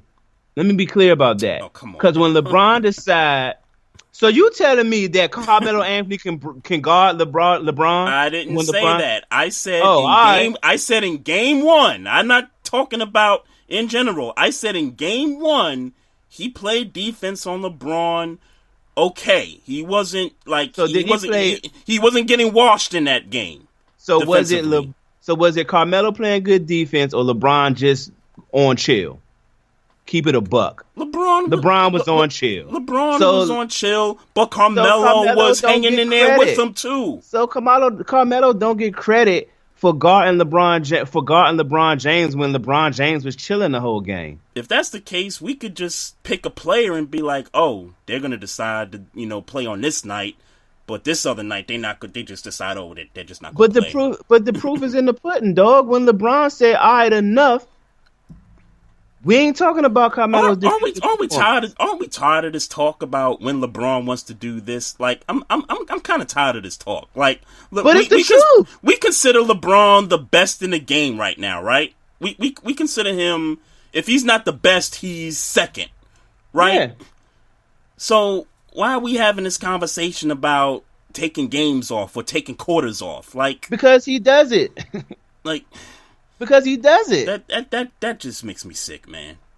Like, come on, man. You're the best. You're the best in the game, man. Like, So let me just be clear on what you're saying. You're saying that Carmelo should be applauded for his defensive performance when LeBron wasn't even playing. Well, it's a combination of both, bruh. Again, no, it wasn't. What did we say before Game 1? We said putting Carmelo on LeBron was a bad idea. Carmelo's going to get washed. We both agreed that putting him on LeBron was a bad idea. And Game 1 came, and there were moments where Melo was sticking him, and he was doing an okay job. He wasn't getting washed in those situations. So was it a good idea? So did it become a good idea then? What are you talking about? So because to your account, Carmelo did a good job on LeBron James. I'm saying in Game 1 he exceeded what we thought was going to happen to him. I'm just saying, all right, you know what? We said you was going to get washed defensively by this guy. You went out there, you did an okay job, defending him, whatever. All right. Cool. I'm not shooting Carmelo no damn bill for LeBron playing him on chill, bruh. Not doing it. I'm tired of the LeBron being on chill conversation. Like, that nigga the best in the game. But the truth is, why not wax these niggas? Like why not wax these niggas? Get these niggas out the bubble. You know what I'm saying? Because we've seen this in LeBron's whole entire career. We've seen LeBron decide, all right, I'm chilling today. Oh, shit, I can't chill no more. All right, let me turn up. We've seen it his entire career. All this talk about, could the Blazers potentially upset the Lakers in the first round? Oh, this is a bad matchup for the Lakers. All this talk leading up to the series. And we talking about, LeBron just wanted to, take a game off. I'm like, hell no, nigga. You wax these niggas, man. Get these niggas up out the bubble, man. And what has happened since? After Game 1, what has happened since? Sure. What are we talking about, Trey? I kind of feel like you when you was talking about the Raptors last year losing to the Magic. Like, these niggas, like, come on, man. Like, everybody talking about y'all gonna go down to the Blazers. Man, show these niggas who these niggas are, man. But let's be very clear in the difference between the Raptors and the Magic last year and this situation. LeBron is the GOAT. Kawhi Leonard is a vicious player. He good. Mm-hmm. But he wasn't crowned as that nigga till last season. So if you the GOAT, then you gotta get the Blazers up out of here in 4. If you the GOAT, right? Nah, because it's already solidified he the GOAT. It's levels to this. Huh? I said it's levels to this. But it's already solidified that he's the GOAT. He's the GOAT. Kawhi was trying to prove he was the GOAT. Giannis right now still trying to prove he the GOAT. Right now, LeBron is the GOAT. He can take a game off, and that don't sully his legacy. He's the GOAT right now. He's the best player in the NBA right now. Yeah. We gonna have to. And we talking about Carmelo having spot. We talking about Carmelo Anthony having good spot defensive set. That was true.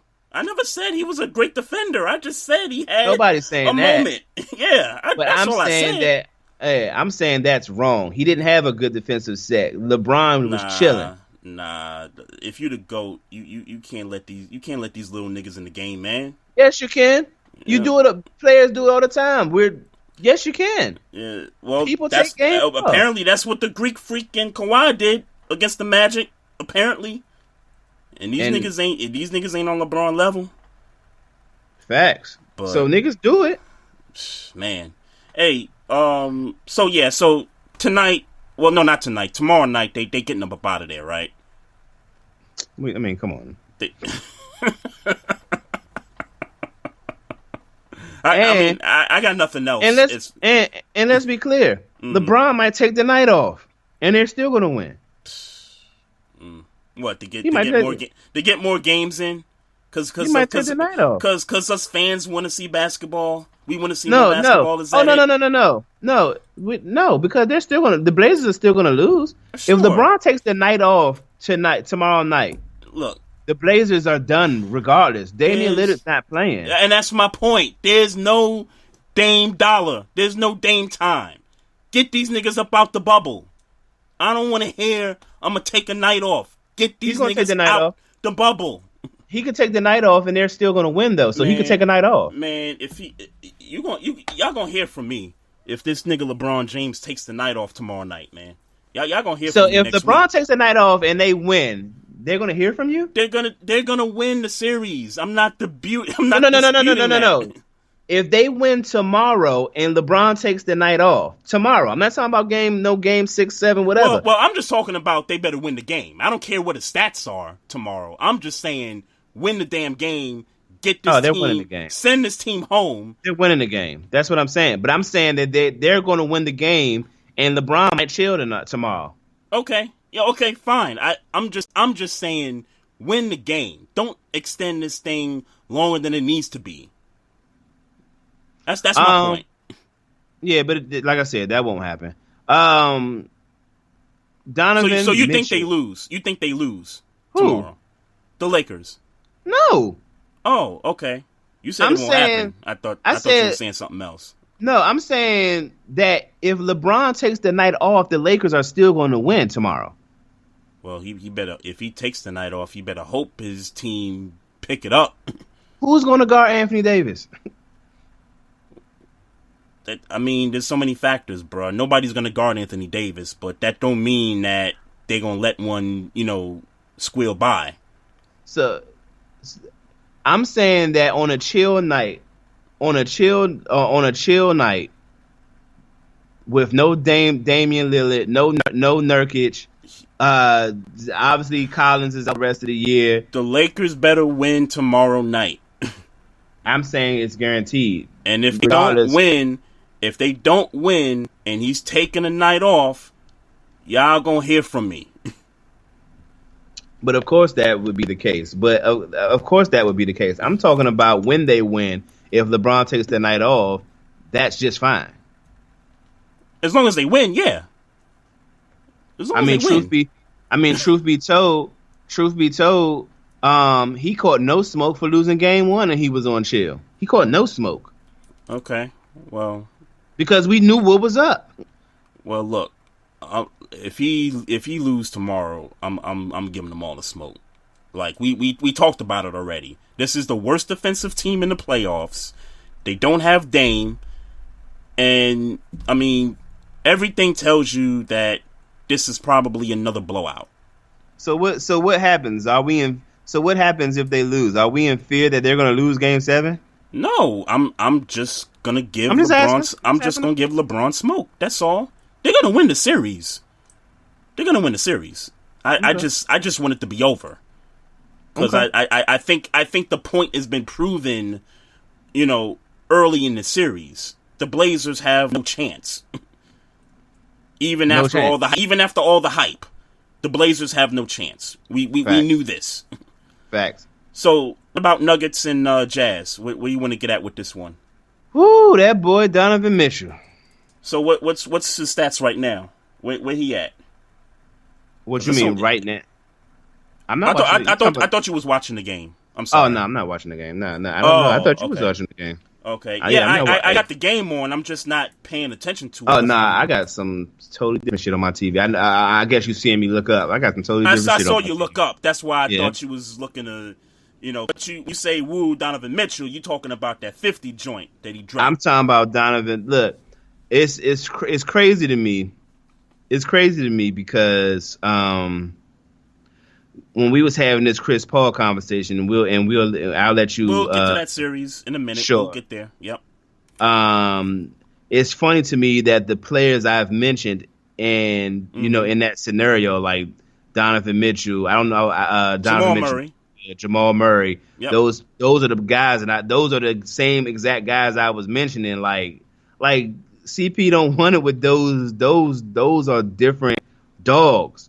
And they just showing it, man. Like, these dudes is different, man. CP3 might have been on that level when he was younger, like New Orleans Hornets younger, but see, I gotta clarify something real quick. And I know we had the back and forth about who's clutch and who could go bucket for bucket with somebody. When I say Chris Paul's clutch, I don't necessarily mean that he's gonna take 6 or 7 sessions in a row and, dropping 3-pointers or, dropping jumpers.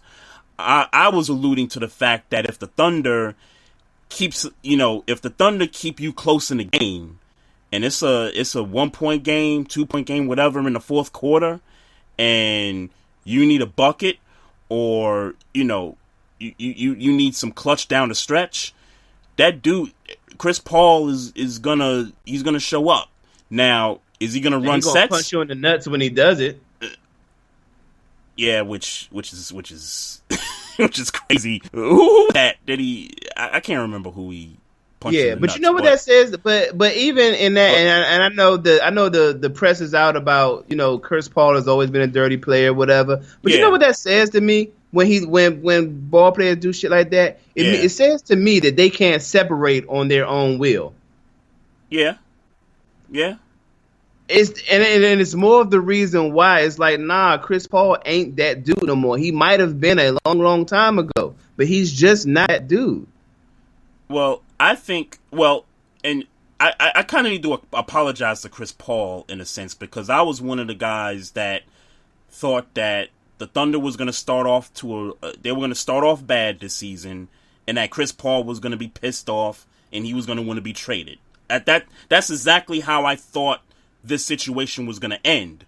Mm-hmm. But then they started winning games, and Shea Gilgeous-Alexander's knocking down shots, and Dennis Schroeder's, stepping his game up, and Steven Adams is, doing his thing in the paint, and, this team's got they got a really good, squad going for themselves. It's like, Chris Paul, and I've said for years about Chris Paul. Chris Paul could carry a team.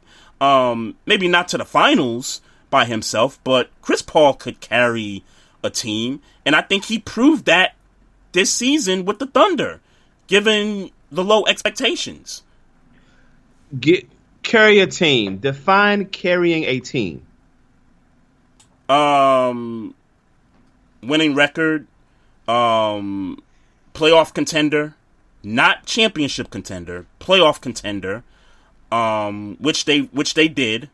And you look at what's going on in the series, with the Rockets, and yes, Westbrook's not there. I get that. I think that changes things when you got Westbrook and Harden there.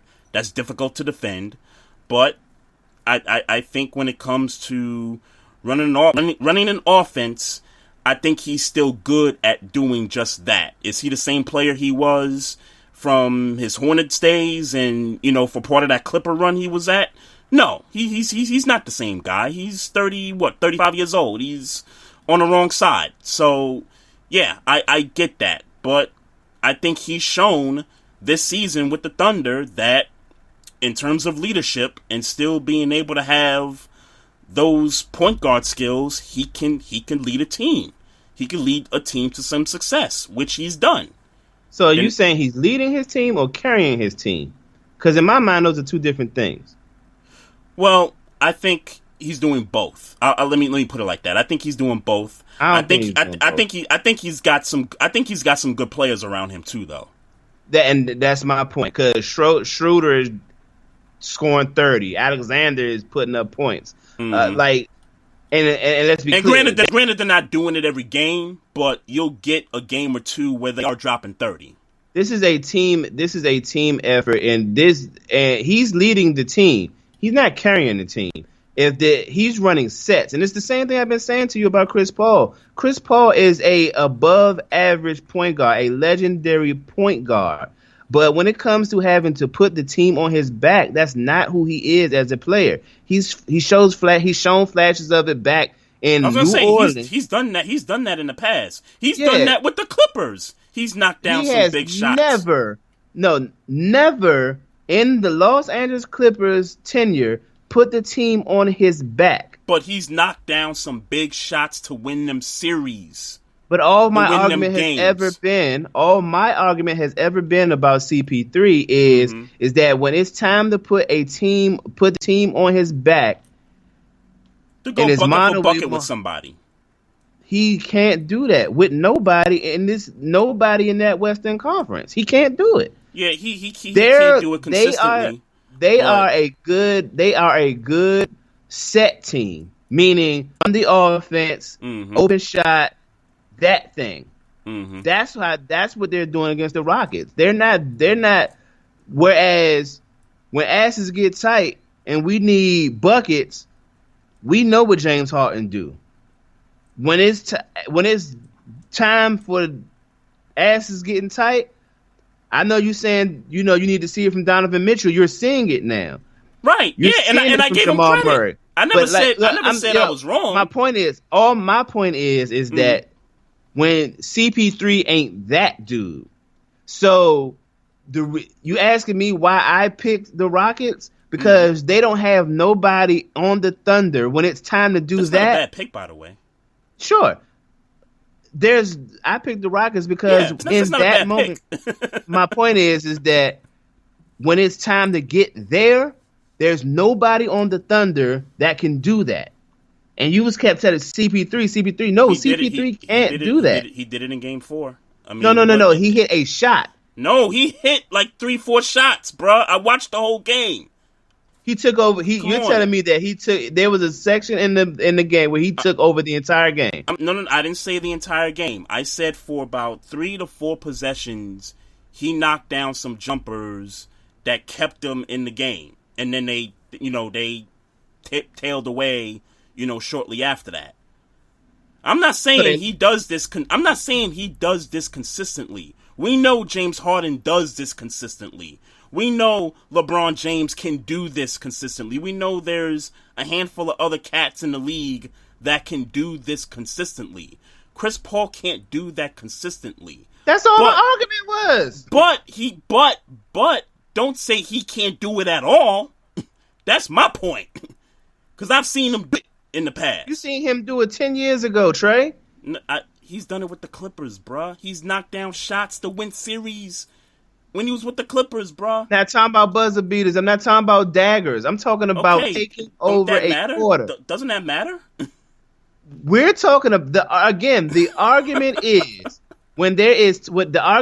is that when Donovan Mitchell ready to score 50 on you, who gonna come on in the Thunder's defense? When James Harden decide he wants to score 45, who's gonna come in the Thunder's defense? Nobody on that team, not a Chris Paul, not a nobody, can do that. You think not a nobody? You think that's the case in every game in the series? You think that's the case? I think that the game you're referring to, Chris Paul scored 26 points. Yeah, but you're counting total points. I'm just saying when it came to that point, I don't care how many points he got. Okay, leading up to that point. Points did he score? Huh? How many fourth quarter points did he score? Bruh, I don't know. I don't give a damn. I'm talking about these 3-4 possessions in a row where he knocked down some shots. I'm not saying that he can do that in every game this series. Any series for that matter. I'm just saying the nigga did it. You're saying he did it. I'm saying nah. What? He didn't do it. You telling me about 3 or 4 possessions when my we talk. nigga, I watched the game. Okay, you just and what you said to me in reporting the game you watched, there were 3 or 4 possessions. We talking about 6, in a row. 7, 8, 9. Yeah, but we talking about when we talk about James Harden, we talk about Donovan Mitchell, we talking about Jamal Murray, we talking about 5, 6, 7 possessions, man. Yeah, don't put that nigga in the same vein as them niggas. I did that. He can't do it no more. I did he that. He can't. What? Okay, so maybe. I said that? So maybe maybe we are missing what I'm saying to what you're saying. No, I'm saying. I know what you're saying. You're saying a nigga so that you're saying. You're saying niggas like Donovan Mitchell, Jamal Murray, James Harden, 10 possessions straight, bucket for bucket. They could do that. And you're telling me you saw Chris Paul do that? No. I'm saying Chris Paul can't do that against those guys. But what I'm saying in that particular game, there were 3-4 possessions where he knocked down some critical shots. It was a close game. And he was like, yo, I'm taking these shots. And he took them. So my point is you didn't see him. So my point is that you didn't see him do what James Harden does. My point is you keep saying to me that CP3 can do it. I'm saying, no, he can't. And you haven't seen him. You haven't saw him. But that's a lie. He did it in game 4. The way that I'm describing it, that's what he did. You're talking about. So you're comparing. You're talking about. You're comparing. I'm not comparing anything. I'm saying when the game is tight, Chris Paul ain't scared.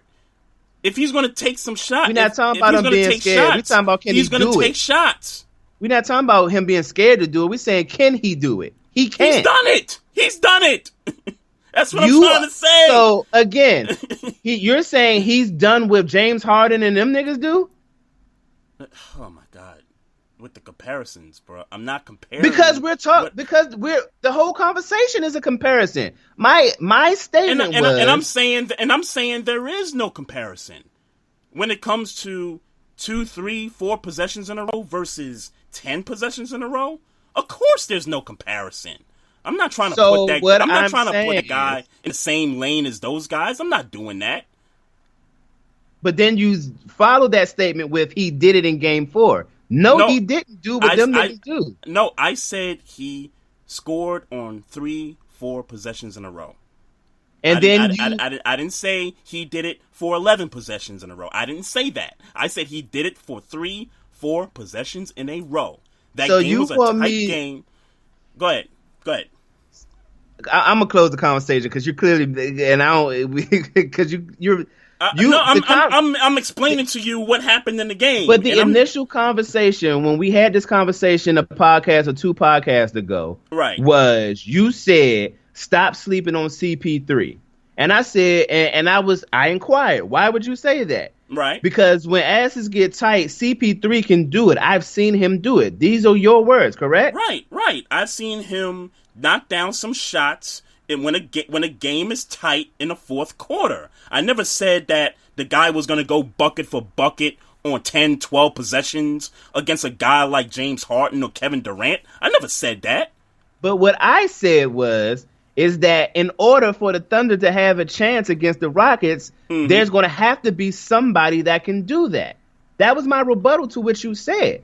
Okay. And you said, okay, I'm sleeping on CP3 because CP3, if he don't score, he's going to at least be involved in those 6, 7, 8, 9, 10 possessions that put that team in position to beat the Rockets. Yes. I'm saying no, he doesn't do that. He's not capable of that anymore. He's not involved in every play, is what you're saying?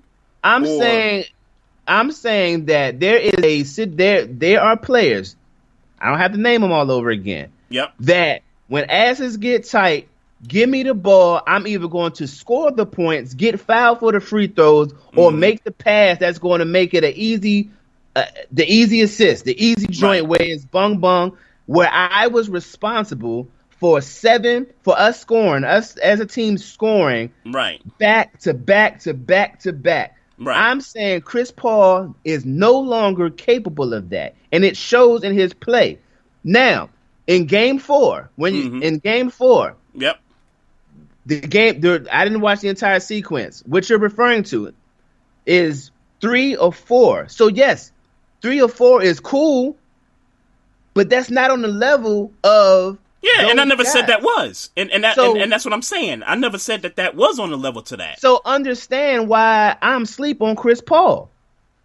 Because because you want him to do it. You want him. No. I don't want him. I don't care what he does. I'm saying that if you're in the conversation of the big boys and who do it, Chris Paul, one, has never been in that conversation. One, let's just get that out the way. He's never been in that conversation. He's done it a couple times, but he's never been in that conversation done it of a few big times. dogs. Yep. He's done it, but he's never been in that conversation. So yeah, and has never done it consistently. So not only am I sleep on him as a 35-year-old man, I've been sleep on him his entire career when it comes to big dog doing that in playoff situations, because that's not him. It's just not. But enough to call a sweep, though? I didn't call it a sweep. Yeah, you did. You said the Rockets would sweep the Thunder. Oh, because when they was up 2-0. Before the series started, you said. Then yeah. First you said you would give the Thunder a game, and then you was you know what? You know what? Yep. Yeah. I'm gonna get him up out of there. Get him up out. I remember saying that, and know why? And I understand why. But when I look at what they've done as a team and the leadership and the play, there's no way they're getting swept. All right, so let me tell you. So let me explain that. Right. Because it's not Chris Paul. They're well coached. I give more credit to that system than I do to Chris Paul as to why they won these past 2 games. Oh, the 2 games. Okay, I thought you were going as far as like the season goes and all that. Okay. I mean, even that. I'm not saying Chris Paul. Obviously, Chris Paul is the leader of that team. I was gonna say everywhere Chris Paul's been, obviously. Like I can't think of any bad seasons that Chris Paul has had, or I should say bad teams. Let me not say bad seasons. I can't think of any bad teams that he's been on, throughout his career. Maybe early on with the Hornets, maybe. But say that again. What you mean by bad? You mean bad by record wise? Like non-playoff teams. Okay, I don't know, but but even when you break that down, he left and then went to the Clippers with Doc. Right, and they were but my point is one of the better coaches in the game. Sure.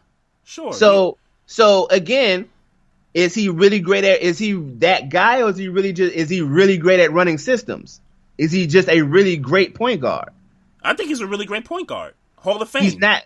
Yeah, facts. But he's not that guy. So when we had that initial conversation, it was like, nah, I'm not sleeping on Chris Paul. I know exactly who Chris Paul is. And he's not going to be the reason why the Thunder, he's not going to be able to put the Thunder on his back and win a series. It's not going to happen. That's not who he is. And he's going to run his offense, right, and make the right decisions. Sure. And there's something that he does, and he deserves credit for that. Don't get it twisted. Right. But I'm talking about boys that say, "Hey, clamp up, because I'm ready to score. Sure. Get out my way."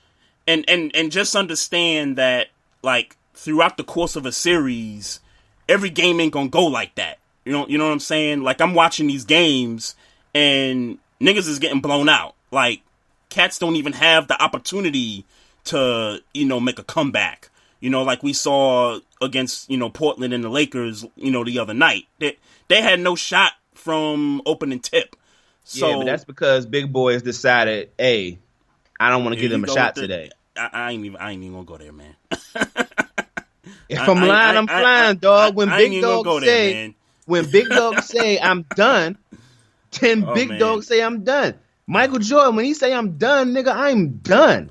Kobe say he's done, and it ain't nothing nobody could do about it. You could triple team, double team, box one, all that full court. When niggas say I'm done, and then that's what big boys do. Yeah, I just don't like when players take games off. That's all. That's kind of where I was kind of going with that. But so to the Thunder series. So at this point, you still got the Rockets. Series at this point. Yeah, I do. You still got the Rockets. And...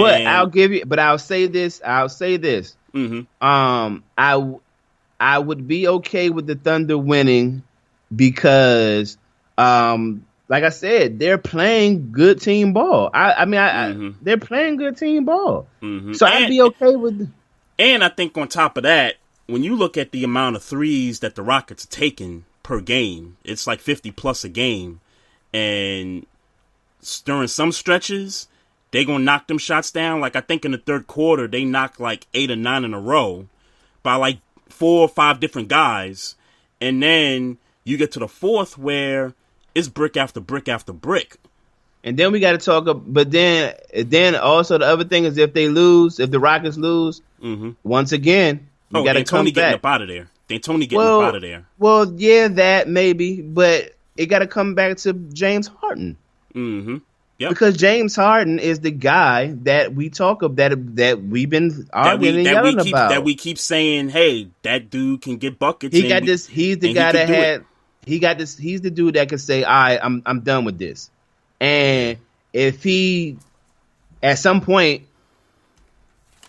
he got to step up. If he that nigga, he can't lose this series. I'll tell you that much. He can't lose this series. That's a fact. And again, it goes. I preach this every single NBA playoffs we come to.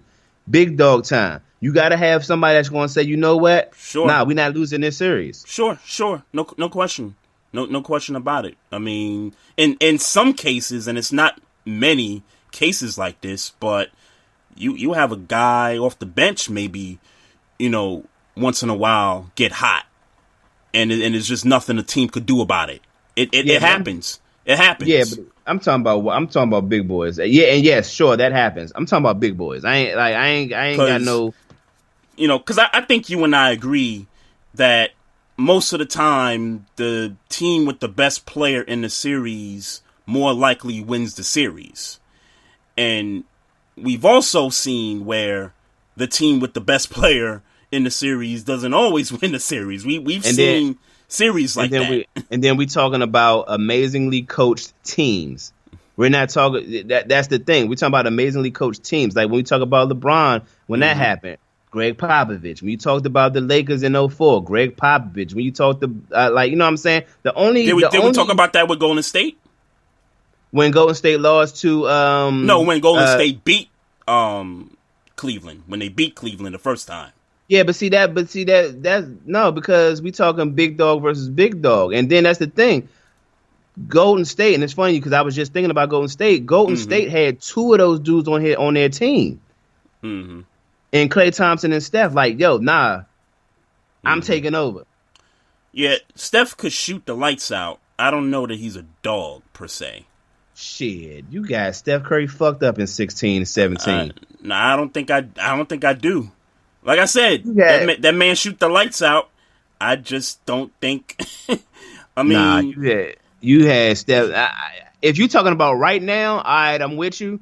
But when Steph Curry was 16, 17, 15, 16, Steph Curry was. I don't even know about in 16 because that's when they lost. That's when they. So maybe I'm talking about 14, 15. Maybe I'm talking about 14, 15. But maybe. But maybe when the war, it was Steph Curry and Klay Thompson. Any given day, one of them two could be like, all right, nah, I'm done, and then it's over. Yeah. Jordan plays up. Jordan, get them. Nigga was pulling from anywhere. Like let's not forget. Like Damian Lillard is Logo Lillard right now, but let's not act like who started this shit. Sure, it's Steph Curry, bro. Sure. All I said was I don't think he's got dog in him like that. No. Like that. That's all I'm saying. I didn't say he couldn't shoot.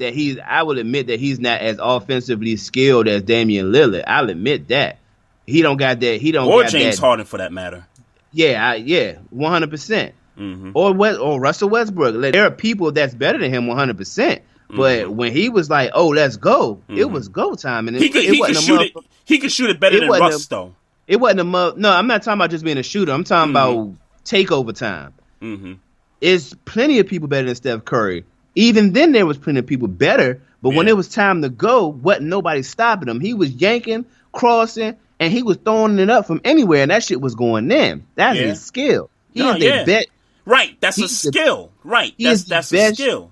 But what I'm saying is that there was a point where that nigga was unstoppable. Yeah. Period. Agree. That has changed since now. Sure. But there was a point where he was unstoppable. Sure. That doesn't mean that he's got that dog in him the way other cats in the league got that dog in them. That was my point. But you seen him dog niggas. I don't understand that. That's like saying Damian Lillard don't got the dog in him because he lost games. Well, no, I think you could clearly see that Dame's got dog in him. I don't see how you could see it in Dame and not in Steph Curry.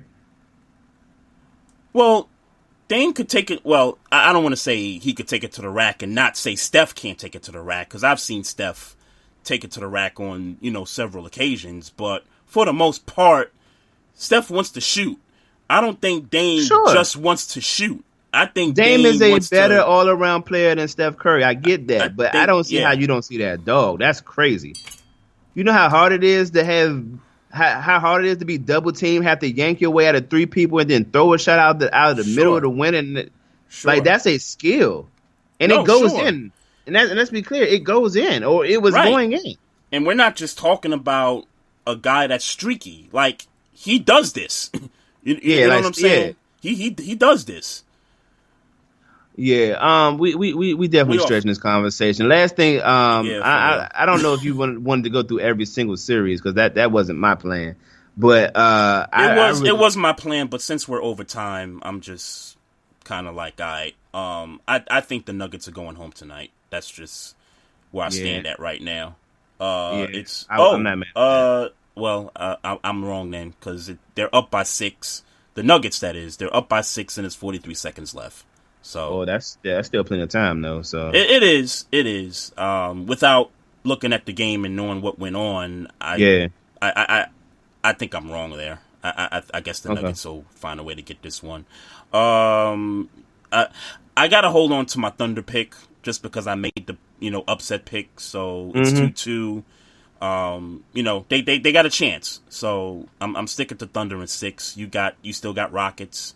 Obviously they're not going to sweep them, but you still got the Rockets doing it. We both got the Lakers going. Luka and the Mavs, man. Because this is going to be another 30-minute conversation. So I am going to gracefully bow out of this conversation because we you know what I'm saying, we had this conversation. I don't know where we had it at last night. We were talking away from the podcast last night. But so I'm gonna gracefully bow out, and if I see the same red flags, we will rehash it next week. In your eyes, the Clippers are in trouble. In your eyes, the Clippers are in trouble. I'll say that. And I'll say that they are in trouble. I still have them winning, but they are in trouble. Okay, but they are in trouble. Yes. Okay. Yes. Porzingis is not going to play tonight, so I would expect the Clippers win Game 5, and I think after that, I think they close the series out. Yeah, except for Porzingis was out last game too, and he fucked around and got triple-double. But sure. Does Paul George finally decide, you know what, I'm gonna be playoff P, pleasure P, whatever he goes by? I'm not calling him by none of them names. Does he finally, be like, you know what, I'm gonna decide to play? I'm a gracefully bow out. Like, again, I'm not gonna get drugged into that conversation. I'm just respectfully with time constraints, I'm not gonna get caught in that conversation. Is that the Western Conference? Is that everything? That's pretty much it, man. Okay, in Eastern Conference, got the Sixers up out of there. Got the Nets up out of there. Brown's fired, thank God. Yep, got the Pacers up out of there. So they should break up the Pacers. You said they should break the Pacers up. Yeah. Okay, that's interesting. They need to let some defense go for some offense. Okay, because I was watching that series faithfully, and I felt like I needed to get some of my time back after watching that, bro. That was just, That was just disgraceful what the Pacers put out there, and I understand that they were compromised with injuries and things like that, but they need a scorer, bruh. They need a scorer, bruh. Bad.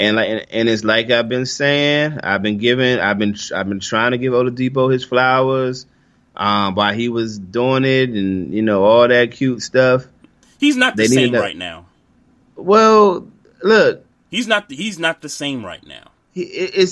Let me at least shoot him bail on that. He came back earlier in the season, tried to play through the injury, then at the beginning of the bubble decided I'm not going to play, and then had a change of heart and said, you know what, I'm going to come play, I'm going to come help my team. I don't think that dude's 100%. Sure, that may be true. But at 100%, he was averaging 23 a game. Mm-hmm. That was his peak. He was averaging 23 a game. Sure. And in today's league, look, let me make another point. 23 points, and the next person after that might have been at 15 points a game. Mm-hmm. That's not enough scoring. So you need another guy. You need another scorer. Yep. You need another scorer. Not. I'm not going to say it's his fault. But with what you have, mm-hmm. either you got to play. Look, he's looking at his team. He don't got scorers. Yeah. So you got to score. And they gave Nate McMillan an extension too. So yeah, and he deserves it. Yeah, he definitely does. But you need either you need to start averaging 30, or you need somebody behind you. It's one of the two. Do you remember you brought this conversation up about the reason why Paul George left the Pacers? And I think you alluded to the fact that the GM at the time was talking about how the franchise, they can't afford big ticket players. They can't afford big ticket players and things like mm-hmm. that.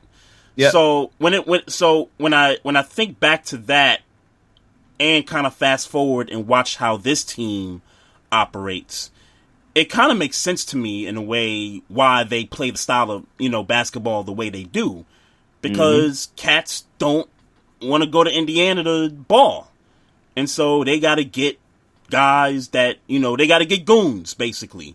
And here's the problem. You know what I'm saying? Here's the problem. They're always going to be in the middle of the draft, so they're never going to get.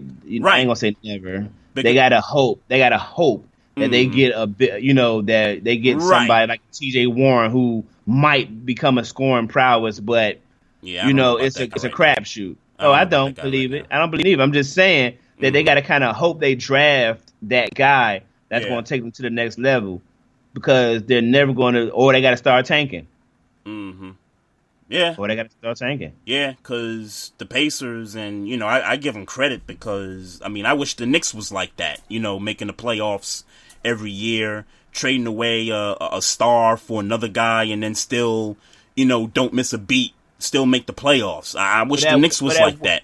But at what point do it's like, fuck, like, all right, we win the playoffs, that's great. But right. we get the 4 seed, we get the 5 seed every year. Yeah, it's like, nigga, how do we win a championship? Like, can we get into that conversation? Yeah. And they're not gonna get into that conversation with just Oladipo. They got to do something different. Yeah, they definitely do. I'm not saying Trey Oladipo. I'm just saying they got to get somebody that can score. Right. No, I feel you on that though. So Raptors and Celtics, who you got? I got the Celtics in 7. Yeah, I feel you. I got Celtics in 7. I hate to say I will respect the Raptors, but again, that conversation again. When it's time, and I get Van Vliet has been on a tear. I get that, like it's been by committee. But the problem here is that they blew the Nets out, right? In really all these games that they played in this past series, and they don't get credit for that. So we really can't, and it's not really about giving credit. It's just we don't have the evidence that when it gets tight and you need a guy that can take over a game, who's that guy on Toronto? And I'm not sure if that guy is on the roster. I'm not sure if it's Siakam. I'm not sure if it's Van Vliet. We don't have evidence of that, and it's because they just blew a team out that they were supposed to beat. And maybe we need to see them against the Celtics. Maybe we need to see them in tighter situations to really find out if they got that guy. Right. But unfortunately for me, I think the Celtics are going to take out Toronto in 7. Yeah. Because I think Jason Tatum is that guy. Yeah. Yep. So, if you got nothing else, man, I'm gonna close this show out. I'm tired. I'm mentally strained. We done had some pissed off conversations, and it's just time to roll. So, appreciate everybody in the chat room. J-Ron, shout out to you for coming into the chat room. Shout out to everybody else out there listening. Also, make sure y'all can listen to this podcast on demand. We got the Apple Podcast platform. We got the Google Play platform. We're also on Spotify and iHeartRadio. Also, we're on YouTube as well. Check us out there. Social media, we're on Instagram at Barbershop Sports Talk Podcast. We're also on Facebook. We got the Facebook page popping. Check us out on Twitter at Barbershop SPOR2. You can check out Maestro on Twitter and on Instagram at Maestro Styles. You can check me out on Instagram at Trey Fraser. And also I run the podcast Twitter feed, so check me out there. And if you got any questions or comments about the show, just hit us up at barbershopsportstalk1@gmail.com. So if you got nothing else, brother, we're going to holler at the people next week and give them what they want. Pause. All right, y'all. Peace out.